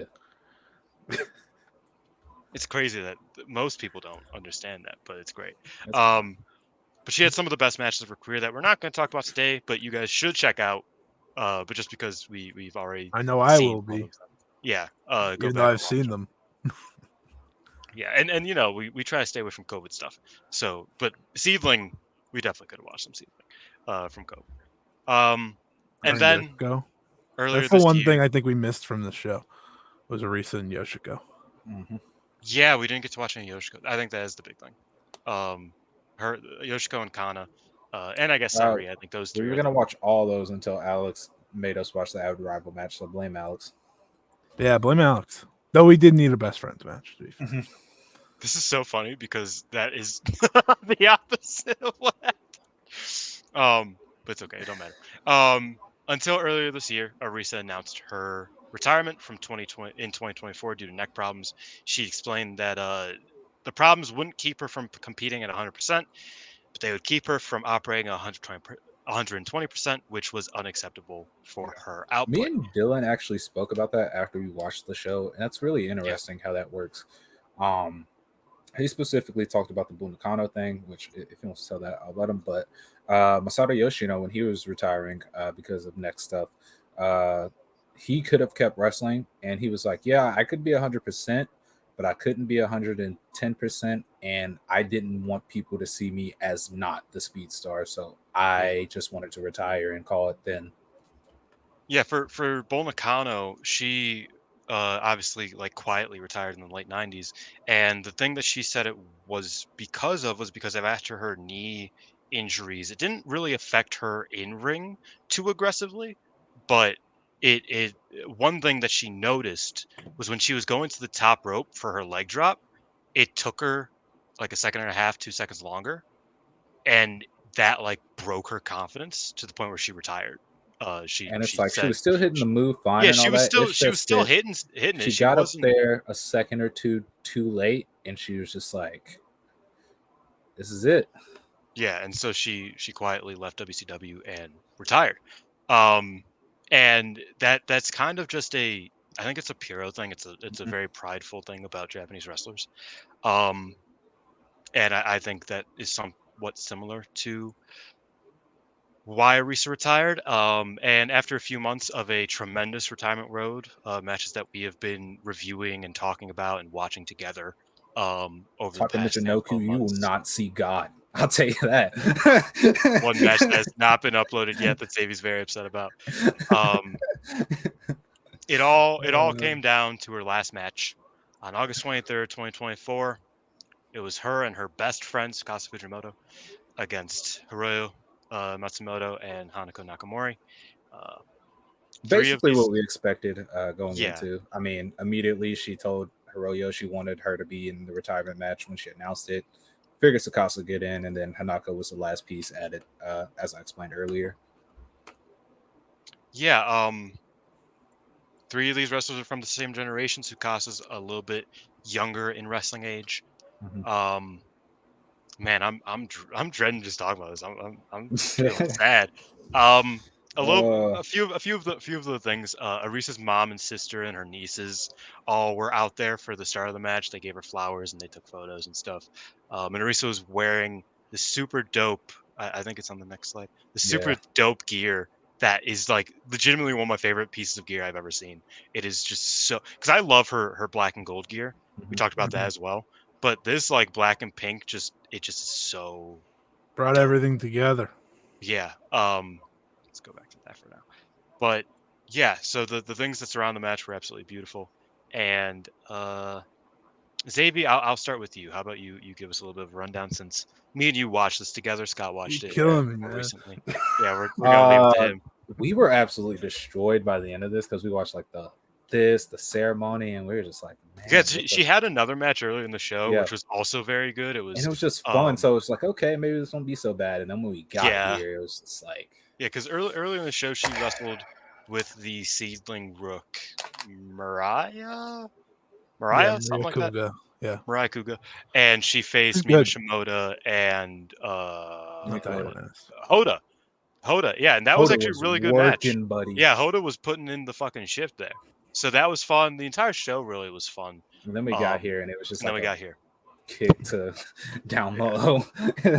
But Xavier, It, give your this piece. match literally like from the get go is just like, man, like even from the entrances, like I watch Hanako Nakamori at least 3 times a month and have for like the past year. I know the exact moment when she's gonna come out from her theme song. She rushed to the ring out of pure nerves, like did not even get to the usual part where she walks through the curtain. She rushed out there, just nerves flying. All of them made their entrances, and it was just like, as a fan of all these people, especially Arisa, as they were making their entrances, match hasn't even started, but you can feel your heart just getting heavier and heavier because like this is it, and you just don't know how to take it. But as far as we get into the in-ring action, great as expected. Um, Arisa, this was her last time out, and she wasn't gonna half-ass. That was one of the big things I was looking forward to from this match, is because it was her last time out. She was never gonna, not that she ever dialed it in, but obviously on her retirement road, she was being a lot safer just so she could get through it. But as we got to these last 2 matches, the Nanae tag, and then this one, she was like, okay, these are my last 2 times out. I'm not holding back anymore. Um, Her and Hanako started off, which was very poetic, of course, them being career long rivals. As I mentioned, they did the same ankle lock transition Yeah. from their final JWP Openweight title match in this very match. And they did revisit quite a few spots from their previous bouts in this one. Um, it it's really hard to just talk about because it's a very good match, but it's so polarizing from watching it, and so emotional that it's really hard to gauge truly how good it really was. Yeah. um like best friends got all their stuff in. Hiroyo and Hanako, for what it's worth, definitely got their stuff in. Hiroyo and Arisa during that final stretch were just sensational. The um Hiroyo in it was last couple moves hit two backdrop drivers, yeah, which if you've noticed post her injury earlier this she year, has not like Arisa has not taken even like close to a neck bump. she hasn't Um, bridged on any of her moves. She took away the bridge. yeah, she's been very particular about all that, just as to not further injure her neck. And those last two moves, I legitimately like winced. They were safer, Yeah, the rotation was like, she. I think one of the times she kind of threw her over, yeah. so it was over rotated and it wasn't on One her of the neck. times One she time tried she, to, and Arisa said, "Nah, man, we're yeah, not and going out one like the other that." time she kind of went like a bit more naturally. So yeah, Um, those two really made me like wince. yeah, and that final stretch is so rough because Mhm. what has kind of become a norm happened during Saki Akai's match. You could see Sakasa and Hanako during the final stretch just kind of like sit on the opposite corners and watch, not even trying to stop each other. They're just like watching as Hiroyo puts away Arisa. Hiroyo's like very teary eyed as she's doing so, and from the pinfall, it just all hits you after that final three. It's just it. I don't know if if I can. It'll probably be a while before I feel this way again, but it's just like as soon as that three hit, it just like all the good memories you have of Arisa Nakajima wrestling, they kind of just play in your head all at once, and it's just like that was it, and you just don't know how to really process it. Even like during the whole ceremony, which was heart wrenching, it was just like didn't know how to process it whatsoever. Yeah, Xavier started bawling his eyes out when the Joshi Pro Wrestling band started playing. Oh Um, hell yeah, that was it was very poetic. We'll probably talk about the ceremony, but during the yeah, we will. ceremony, the first two people to start crying getting in the ring were Cray from Pure J and Misa Cocker. It was very poetic that those two would be the two that start crying immediately. I'm like, oh, it's fucking lovely. That's great for my night, man. Scotty, I'll let you speak your piece. Yeah, I waited a long time to watch this. Like a lot of people obviously watched it the day of. I couldn't watch it the day of, and then like I I just think we did a day but after. Yeah, like a bunch of things just kept adding up, so I kept putting it off, and I was like, fine, I will You just watch watched all this the like other. yesterday, right? I yeah, it watched was this last night. last night, Yeah.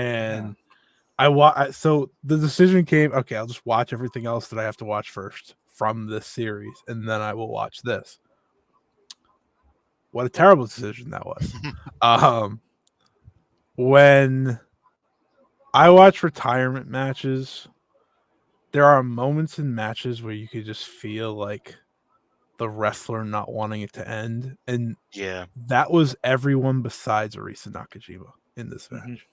And I think there was one time Hiroyo went for a pin. It wasn't even the finish, and like you could just see her like hoping that she'd kick out. And it's like Mhm. those moments break me. Yeah. And this, and I said this to you guys yesterday. I don't cry at pro wrestling. It's just not a thing I do. This match, this ceremony broke me. And I think I guess it's just like the amount that I love watching Arisa Nakajima. I don't know. It got me. And this match, like I would send you guys messages like midway through. I'm like, I can't take this. I can't do Yeah. this. I can't do this. Though there was one time when Nakamori kicked Arisa so hard in the face that I just got up and I was like, let's go. I was like, all right, we're back. It's like that's what I was waiting for. But once it's Hiroyo and Arisa in there for the final stretch, Yeah. it's just like Which you knew was going to realization. be. Yeah. You knew that Yeah. was going to be the final stretch because Like I said, what that broke was me the was seeing Tsukasa and Hanako just stop what they're doing Yeah. and just sit Be- there Yeah. and watch. because That and originally Arisa told me that when she said she was retiring, when she picked Hiroyo Yeah. to be in the match. I was like, I know initially what it looked like that was going to be the singles. Yeah. But then she's like, Yeah. I don't want to do singles anymore, so I'm just going to do a tag. And I think she made the right choice. I want to say that. Like yeah. having Tsukasa there, having Nakamori there, it just felt right. Like just she had all the right pieces in this match. And like again, if you want to look at it as just a wrestling match, it's tremendous. But you can't look at it as just a wrestling match. You can't. You have to have all the This is emotions. Like Arisa Nakajima's personal, like, love letter, final ballad to her own career. yeah, it's Violence Queen Final. Like it's the perfect name because every part of this match you felt her career, you felt everything you've watched. Like we've talked about all these matches, and the sickening part of this retirement is she's at the top of her game. Yep. She Her at 100%. I know it's crazy that we're using 100%, but because she's usually at 110%, that's why I'm doing it. But her at her quote unquote 100% is a lot better than a lot of wrestlers. yeah, yeah. Full tilt, yeah. I mean, okay, I'll just tell you guys this now. She obviously got hurt this year at one point and missed a few months. She's my 7th highest wrestler of the year. 7th. You watch everything. I watch everything, but I watch every Arisa Nakajima match I possibly can. And there's still some that haven't made it out there. Taka, we're watching you. Like that's the thing. I haven't caught all of the retirement road matches, and she's still like 14th for me. Like I missed right. like It's a second for handful. me.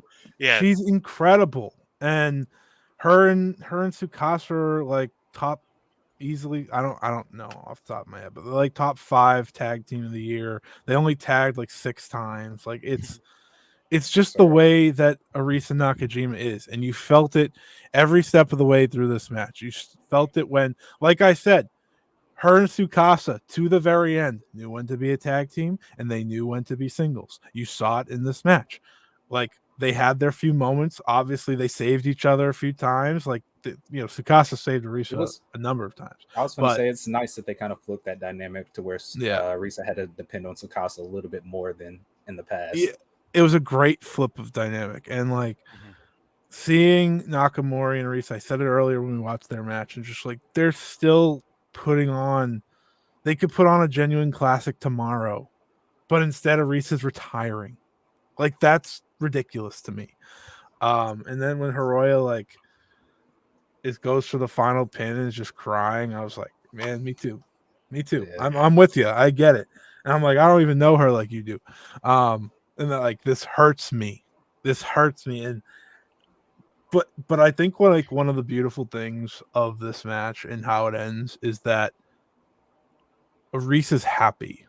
with this being Mhm. the end. And I think that's something that I'm so grateful for. She's going out on her own terms, right? She is obviously like if you pay attention to Arisa Nakajima matches long enough, you know there was something wrong with her neck. But she did so well at protecting it for all these months. She could have kept going if she really felt like it, but she made She this might keep decision. doing Skaba. 'Cause she Yeah, doesn't have well a bump. that's true. Like, and that's fine because she didn't do any bumps there, so it's okay. Yeah, Um, so shout out to her if she does get that that'd be back. so funny. I hope she does, honestly, like because that won't affect me in this Yeah, retirement. Like go get the bag, drop the title in like the most whatever match, and then you can fully retire. But my point is like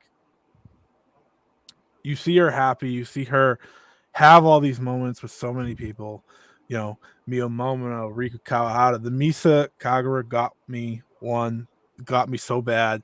You know which one really got me though, and I don't know why because I don't even like have any like when Unagi went in there and slapped her and got slapped back. That broke me. I don't know why. It just got me. Like those yeah. two having that moment was incredible. Um, and I do have one image that I just need to shout out because it's part of the brand. So got to do this. This was very special. I just want to say this. Like that was Arisa's last great rival, Yeah. essentially. Like that's insane to think about that we have to say that out loud. But Mhm. her and Sari and what they created in very few matches. But like you look at the Sariism chapter 2 main event and the tag match they had there, right? Like it was about them, even though you had freaking Kyrie and Takumi Roha there. And then obviously the match at the 8th anniversary show is one of the best of the past couple years. Like it was one of the best of that year, no matter what Alex says. Um, it's just like seeing her have all these moments with people. Um, and the final one that again broke me was Tsukasa because I was waiting for it. I Yeah. just sat there waiting for it. I'm like, all right, just hurt me, just hurt me. And her, standing in the middle of the ring and getting the salute and her crying, it's like obviously it's the end of a chapter in her life, but the beauty is she gets to go on and do whatever she wants now and live a healthy life. I don't know what her post wrestling life is, but that's also like the beauty of retirement ceremonies for me. It's like this is just the end of a chapter for her. It's the end of like everything for us because I want to see Arisa Nakajima absolutely tear it up the few times a year that she does. But I couldn't ask for a more perfect retirement match for her. I couldn't ask for a more perfect ceremony for her. It was so well done. SEAdLINNNG should be so proud of what they accomplished with everything in this retirement road. And I'll say this: wrestling is not the same without Arisa Nakajima, and it never will be again. And if I stop watching wrestling now, it would be okay, but I won't because what else am I gonna do? There's still Um, so much Joshi to be seen. there's still so much Joshi to be seen. A lot of it being hers. I have like this entire list now of matches I want. Yeah. I want to see Arisa Nakajima's entire career. I have like Yeah. very few goals in my wrestling fandom. It's see everything Mayu Iwatani's ever done, and Arisa Nakajima is now on that list as well. Um, so I wish her the best, and I'm really happy we are talking about this now because this is my official review for it. Like Mhm. I didn't want to do it anywhere else. I thought just doing it here and doing it with you guys and appreciating her full career is better than just doing the one match because I think to do Arisa Nakajima justice is to talk about everything she's done in her career. And there's still so much more we could have talked about. Oh, But this is only like a quarter of like the top matches from her career. Like really, what do you think about it? There's still like a good 20 matches that like you can consider like among her best ever. Um, but yeah, I There's something I want to add, but I'm gonna wait till Dylan pops his stuff off. yeah, Go and get him. a couple things from the match itself that is, I mean, we kind of talked about it, Xavier, while we were watching, is that it's like she did the apron deep impact and the foot stomp to the floor, and we were like, you don't need to be to doing this do now. that. Like, this isn't necessary. This is The your last apron deep match. impact, especially Yeah, because that always she got all that. scares me. Yeah. Um, and I think Scott, you kind of touched on this, and I feel like this is kind of the I cry basically every Joshi's retirement ceremony I ever watch. But the one thing in the match that kind of got me is, and this happens in retirement matches, is that feeling of just like you don't want it to end ever. Mm-hmm. Like your perception of how a match works, which we all have because we've seen so much wrestling. Like we all know how like a match formats a lot of the time, Mhm. but like there's Retirement just matches are there's different. something subconscious that just tells you it's like, can you just keep going? Yeah. Like I know this is gonna end in the next 5 minutes, but can it not? Yeah. I I Yeah. I don't want it to. And it was similar with Danielson and Swerve. I think it's very poetic that both those matches happened this past weekend. Um, because even though Danielson isn't retiring yet, uh, the way they built that and the way they had it, like the match was very much like a retirement match. Mhm. Since he's not going to retire full time, that was like his you know make or break moment. It felt like, Mhm. and I felt a very similar sensation in these two matches where it's just like I just don't want this to be over. Um, and then once it was, it hurt a lot. Uh, but it was a great match. I still think that was a great match. Hiroyo kicked out of the D to D, which was Mhm. tremendous. I popped huge for it, and yeah, it kind of crushed me in a way. The match was tremendous, but I think the ceremony was also tremendous in its own right. Um, at one point, before I kind of go down the list of like some of the people that came out to Mhm. gift her stuff, Oh, that's at perfect. one I can hop in and say what I need to say whenever you're yeah, at one point I think it was when the Joshi band was about to play, and they played for quite a while. But I think it was around that point, or maybe it was after that. Like, oh yeah, it was. Arisa rushed over to the Joshi band and like took a picture with them, and like in that moment, like the terrorizer, the violence queen, Arisa Nakajima, kind of melts away, and it's just this woman who has devoted decades of her life to this art form that she is such a nerd about, that we're all such nerds about. And it's like, it was that kind of moment that I was just like, she really is just like a wrestling fan at heart who just so happened to also become one of the best wrestlers ever. And that also made me start tearing up in the moment because I was just like, she's really is just a nerd about wrestling, just like the three of us are, just like everybody who's listening probably is. It was like this like moment of like just remembering the humanity of it all, I guess, and that really got to me. But go ahead, Xavi. Yeah. So, one thing I forgot to mention when I was talking about the Hanako thing, whenever she like asked her to be in a retirement match, and Hanako essentially explained that she didn't expect to be called upon, and I forgot that Arisa responded to them was just essentially like there wasn't a world where you weren't going to be in the match, essentially like you had to be here, and that was nice, and Misa crying, it it was rough because I mean people probably don't know that JTO exists, but it does, and Misa, whenever she first crossed paths with both Nakamori and Nakajima, who she just adores both, she was not anywhere near the popularity that she has like now. She was very much one of the lowest ranking members of JTO during the time, and they just took a liking to her and essentially helped mold her to the wrestler that she is today. That's why I'm so fucking pissed at Taka Michinoku that her final match against them is nowhere to be seen. But it was rough because, and some people probably don't know this, but Misa Kagura isn't signed to Seed whatsoever, but she has been to basically every Seed practice since before the Seed rookie even debuted because she was Yeah. training with her. She still goes. So like, not only is she losing someone that she looks up to, but someone along with Nakamori that believed in her when a lot of people didn't. Mhm. Uh it was rough. It was hard to watch, man. Yeah. So Risa got a hell of bouquets as he usually did for your retirement, including ones from Asuka and WWE Kana, as we talked about earlier.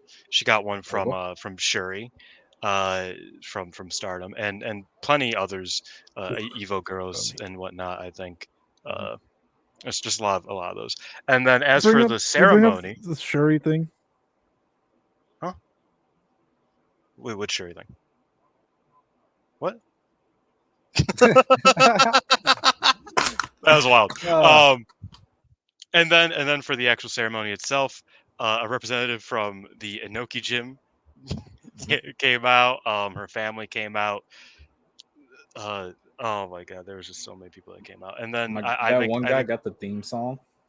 yeah. Oh my god, I did not know who the fuck that was, and I was like, I feel like I should know, but all of Pure J came out, which was Mhm. that was kind of nice because it's like Pure J Yeah, was Bolshoi obviously was like there. Bolshoi was there, and like I think that was the point where it looked like Arisa was actually about to start crying, was when Yeah. Bolshoi came out.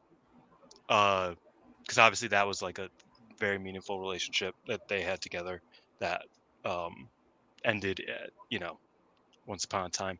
All of Ice Ribbon came out. Some marvelous. Oh, Mio Momino coming out and them doing like bits together and her Yeah. all her hair and stuff. I thought that was really funny. You was there. Mise was there, like you said. Sasamura and Itsuki Aoki, who just won the belts, Hmm. were there. It was a beautiful time. Some legends that came out were Kero Ito, legend, shout out. Sachi Abe, who taught her. Kamiko Hmm. Meikawa, our girl Marika Yoshida, Shouts out. um, Himika Hoda, who was on the card, obviously, and Mima Shimoda, and all of the wrestlers from her class that are prominent, I guess, which was Hiroyo, Dash Chisako, Nagisa Nozaki, Makoto. Makoto, and obviously Hanako Nakamori. And also, most importantly, obviously, Barb Sasaki and He got the Hikuda biggest pop Hitaka. of the whole Yeah, ceremony. big man Barb, who changed his shirt 3 times throughout the show. Yeah, I don't know if you Um, picked that, Scott. I don't know if you watched the whole show, but Barb changed his ref shirt three I did. times. yeah, That's and real. then he came out with the By the Arisa way, shirt. so what I meant to say when I brought the Shuri thing before my connection went to hell, um, is that if anyone didn't watch her retirement road, please, please, please, please, please, and I can't stress enough how much I want people to watch this. Watch the Shinjuku Lighting Up show from June 12th, The Lost Egos versus Los 2024. Egos versus All kind of Stars. Sekigun. Yeah, like watch Arisa and Venny versus Dash and Shuri. Watch the match where they just all fight at once. If you just want to watch the Arisa matches, I mean, like you should watch the whole thing. But if you just want to watch the Arisa matches, watch those two. Like Shuri Tremendous. getting to be a part of it and seeing those two go out one more time. Again, this was part of the problem with the retirement road. Arisa Nakajima was so fucking good that it's Yeah, like it hurt me even more watching this because it's like you can still have the match of the year. Like that's how good you are. You can still have the best matches in wrestling. But I'm happy again that she gets to go out on her own terms. Continue with the lineup. I apologize. Beyond that, it was obviously like the Sairi Sukasa's who we talked about. Um, the seedling rookies and Tayo, who are all that's left in seedling now, came out. Oh, Ta- I do have. Ta- I do. Tayo and Nakajima bonked heads when they bowed to each other. They both bursted out laughing while the trainees bawled their eyes out. It was a very funny moment, and yeah, we, I think the best way to kind of put it is when she was standing there awaiting her final call, awaiting her 10 belt or her 10 bell salute, they read off her All her accomplishments, accomplishments. and me and Xavi sat there for 8 minutes. It felt like Yeah, listening and to like you look in at her Japanese. We didn't face. understand everything that You everything look that on she her face, said. and she's just like taking it in, realizing how much that she accomplished because she never Yeah, thought about it while she was wrestling. she did so much.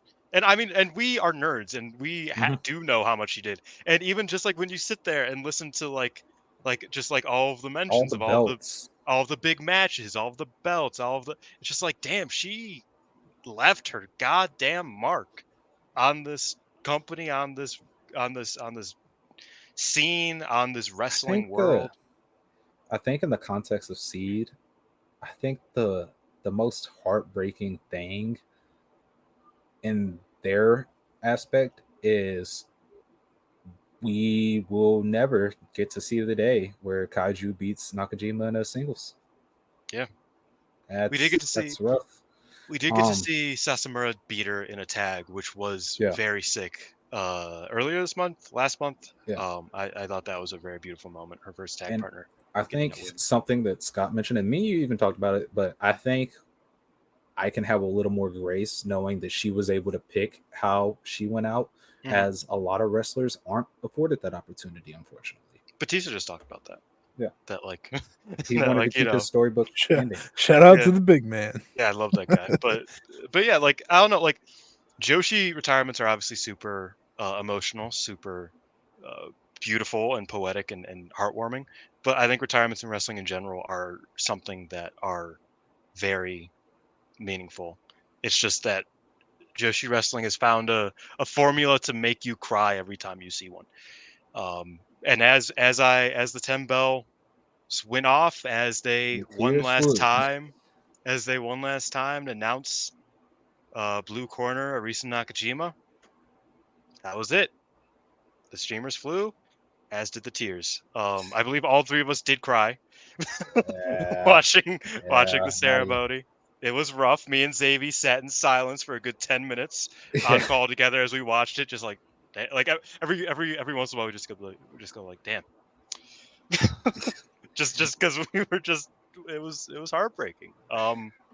But with that concludes our career retrospective, the best of Arisa Nakajima.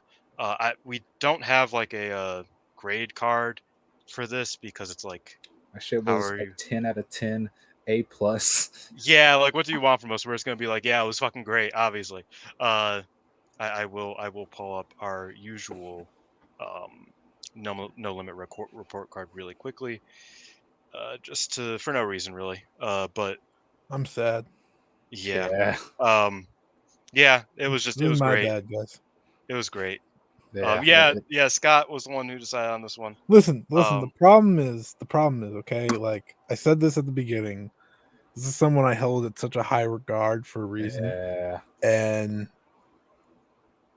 I wanted to watch some of her matches. I've been watching some of her matches. Like I said, saw the Kana one recently. We watched the Emmy and the Nanae one. I made a list last night when this was over because I'm a sicko. It was like I need to everyone to know. So it was like 1:30 a.m. and I went into like yeah, hyperdrive in my brain. I was like, okay, I need to watch this match. This match.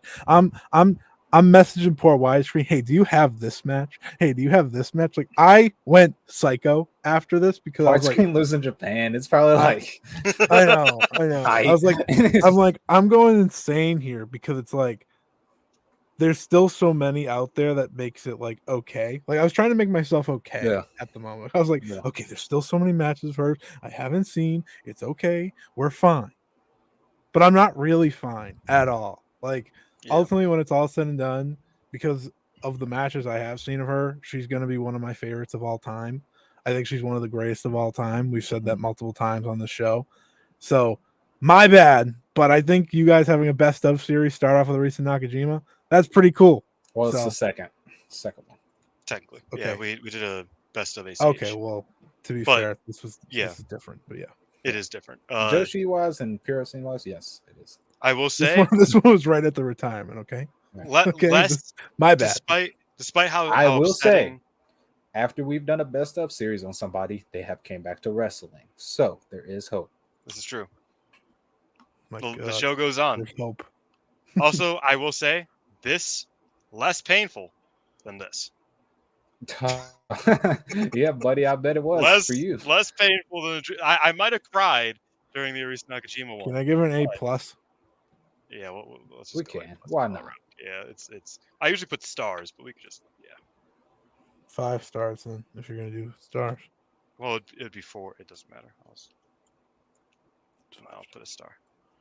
Yeah. Word. Yeah, that's the episode.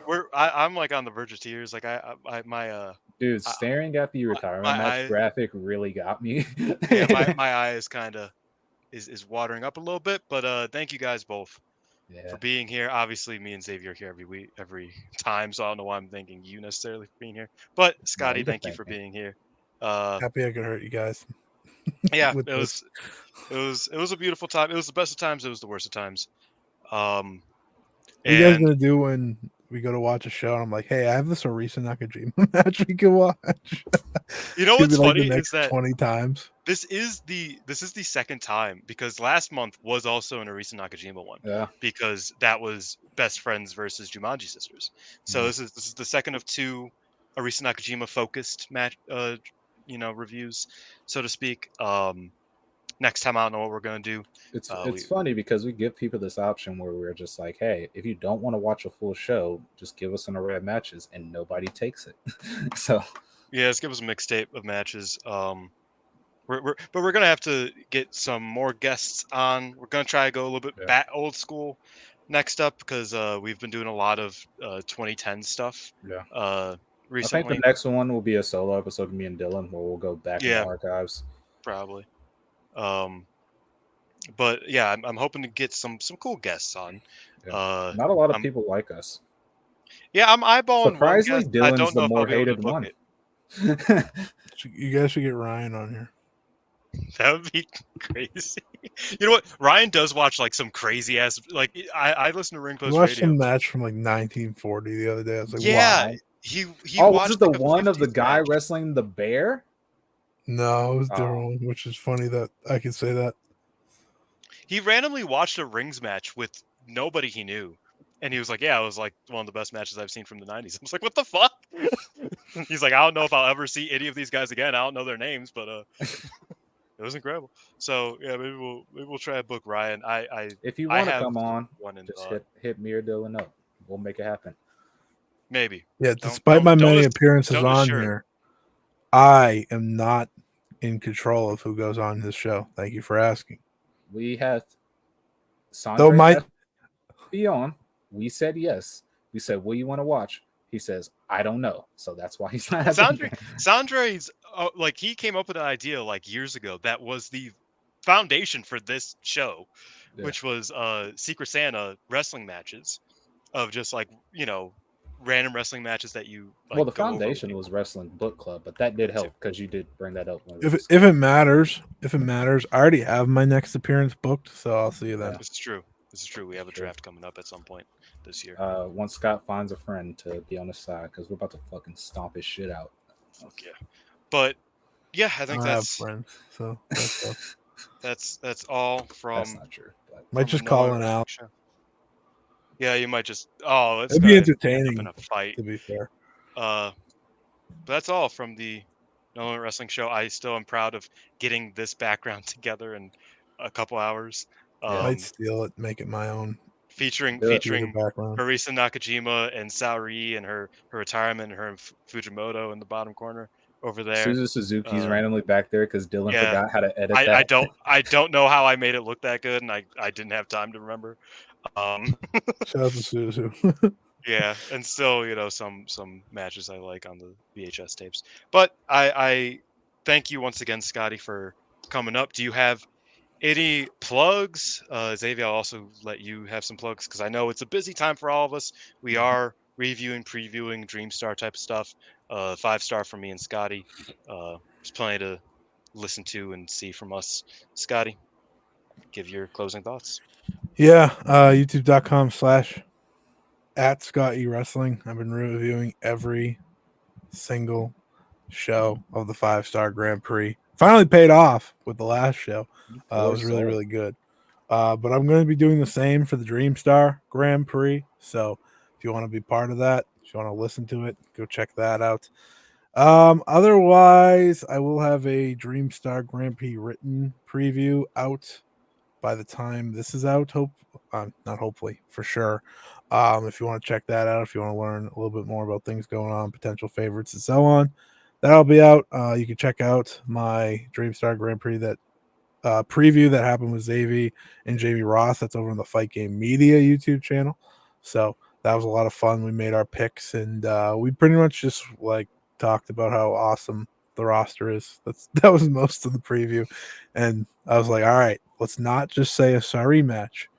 Most of us said sorry matches. Xavi did it. I'll give Xavi credit.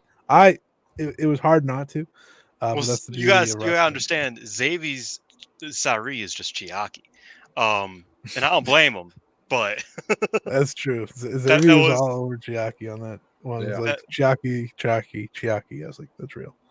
and I obviously The wasn't haircut. on that show, but I did listen to it this morning actually, and it was a great time. So yeah, I would recommend checking out Scotty's show, the 5-star Joshi show, and I was gonna let Xavi go before me, so go ahead, Xavi. Yeah. So, go to the Stardust Press podcast. Listen to me and Beth review the Summer Gold Shine Korakuen. Most of the show is legitimately going. Isn't WWE doing a bit fucking much for Julia? But it's a fun time. You should go there. Listen to that. But also go to my Twitter at Saviisms3 eyes. You see it at the bottom. Click the link in my bio. Go to my Substack. Check out the 20 Years of Yujiro Takahashi series. And I also think on there that I'll probably review every Dreamstar show, considering that they have an easy schedule to follow. We'll see how busy I get. That's the plan, but that never works out. Other than that, you can just follow me. You can text me if you want. Don't know if I'll answer, but you can do it. And yeah, Violence Queen forever. And then over here, you can check out Star Quest on the 5-star network. Check it out on the YouTube where this is, or you can check it out on Spotify. We have a lot of stuff going up. I mean, this week alone, this is my 4th podcast this week, 3 of which were for Star Third? Quest. And yeah, so I would go check that out for all the coverage on both Stardom and Marigold moving forward and in the past. And yeah, I don't think I haven't been writing much. I started writing about an anime, but then it kind of like I got fell apart. writer's block, man. Yeah, me too. It's been a bit tough. Um, I'm mostly just watching Big Brother. I'm not gonna lie. That's what I've been doing. That's it's Big Brother and crying over Arisa Nakajima. That's been my That's what's up, man. past couple weeks. But yeah, go check out my Twitter at xxichiban. It's right there as you can see. But I think that's all for Scott and for Xavi. I need you to do one singular thing. Actually, it's a few things. Tell your mom, tell your dad, tell your brother, tell your sister, tell your cousin, tell your neighbor, tell everybody you fucking know that the No Limit Wrestling Show is the best show in the biz. Bye bye. Risa Nakajima forever.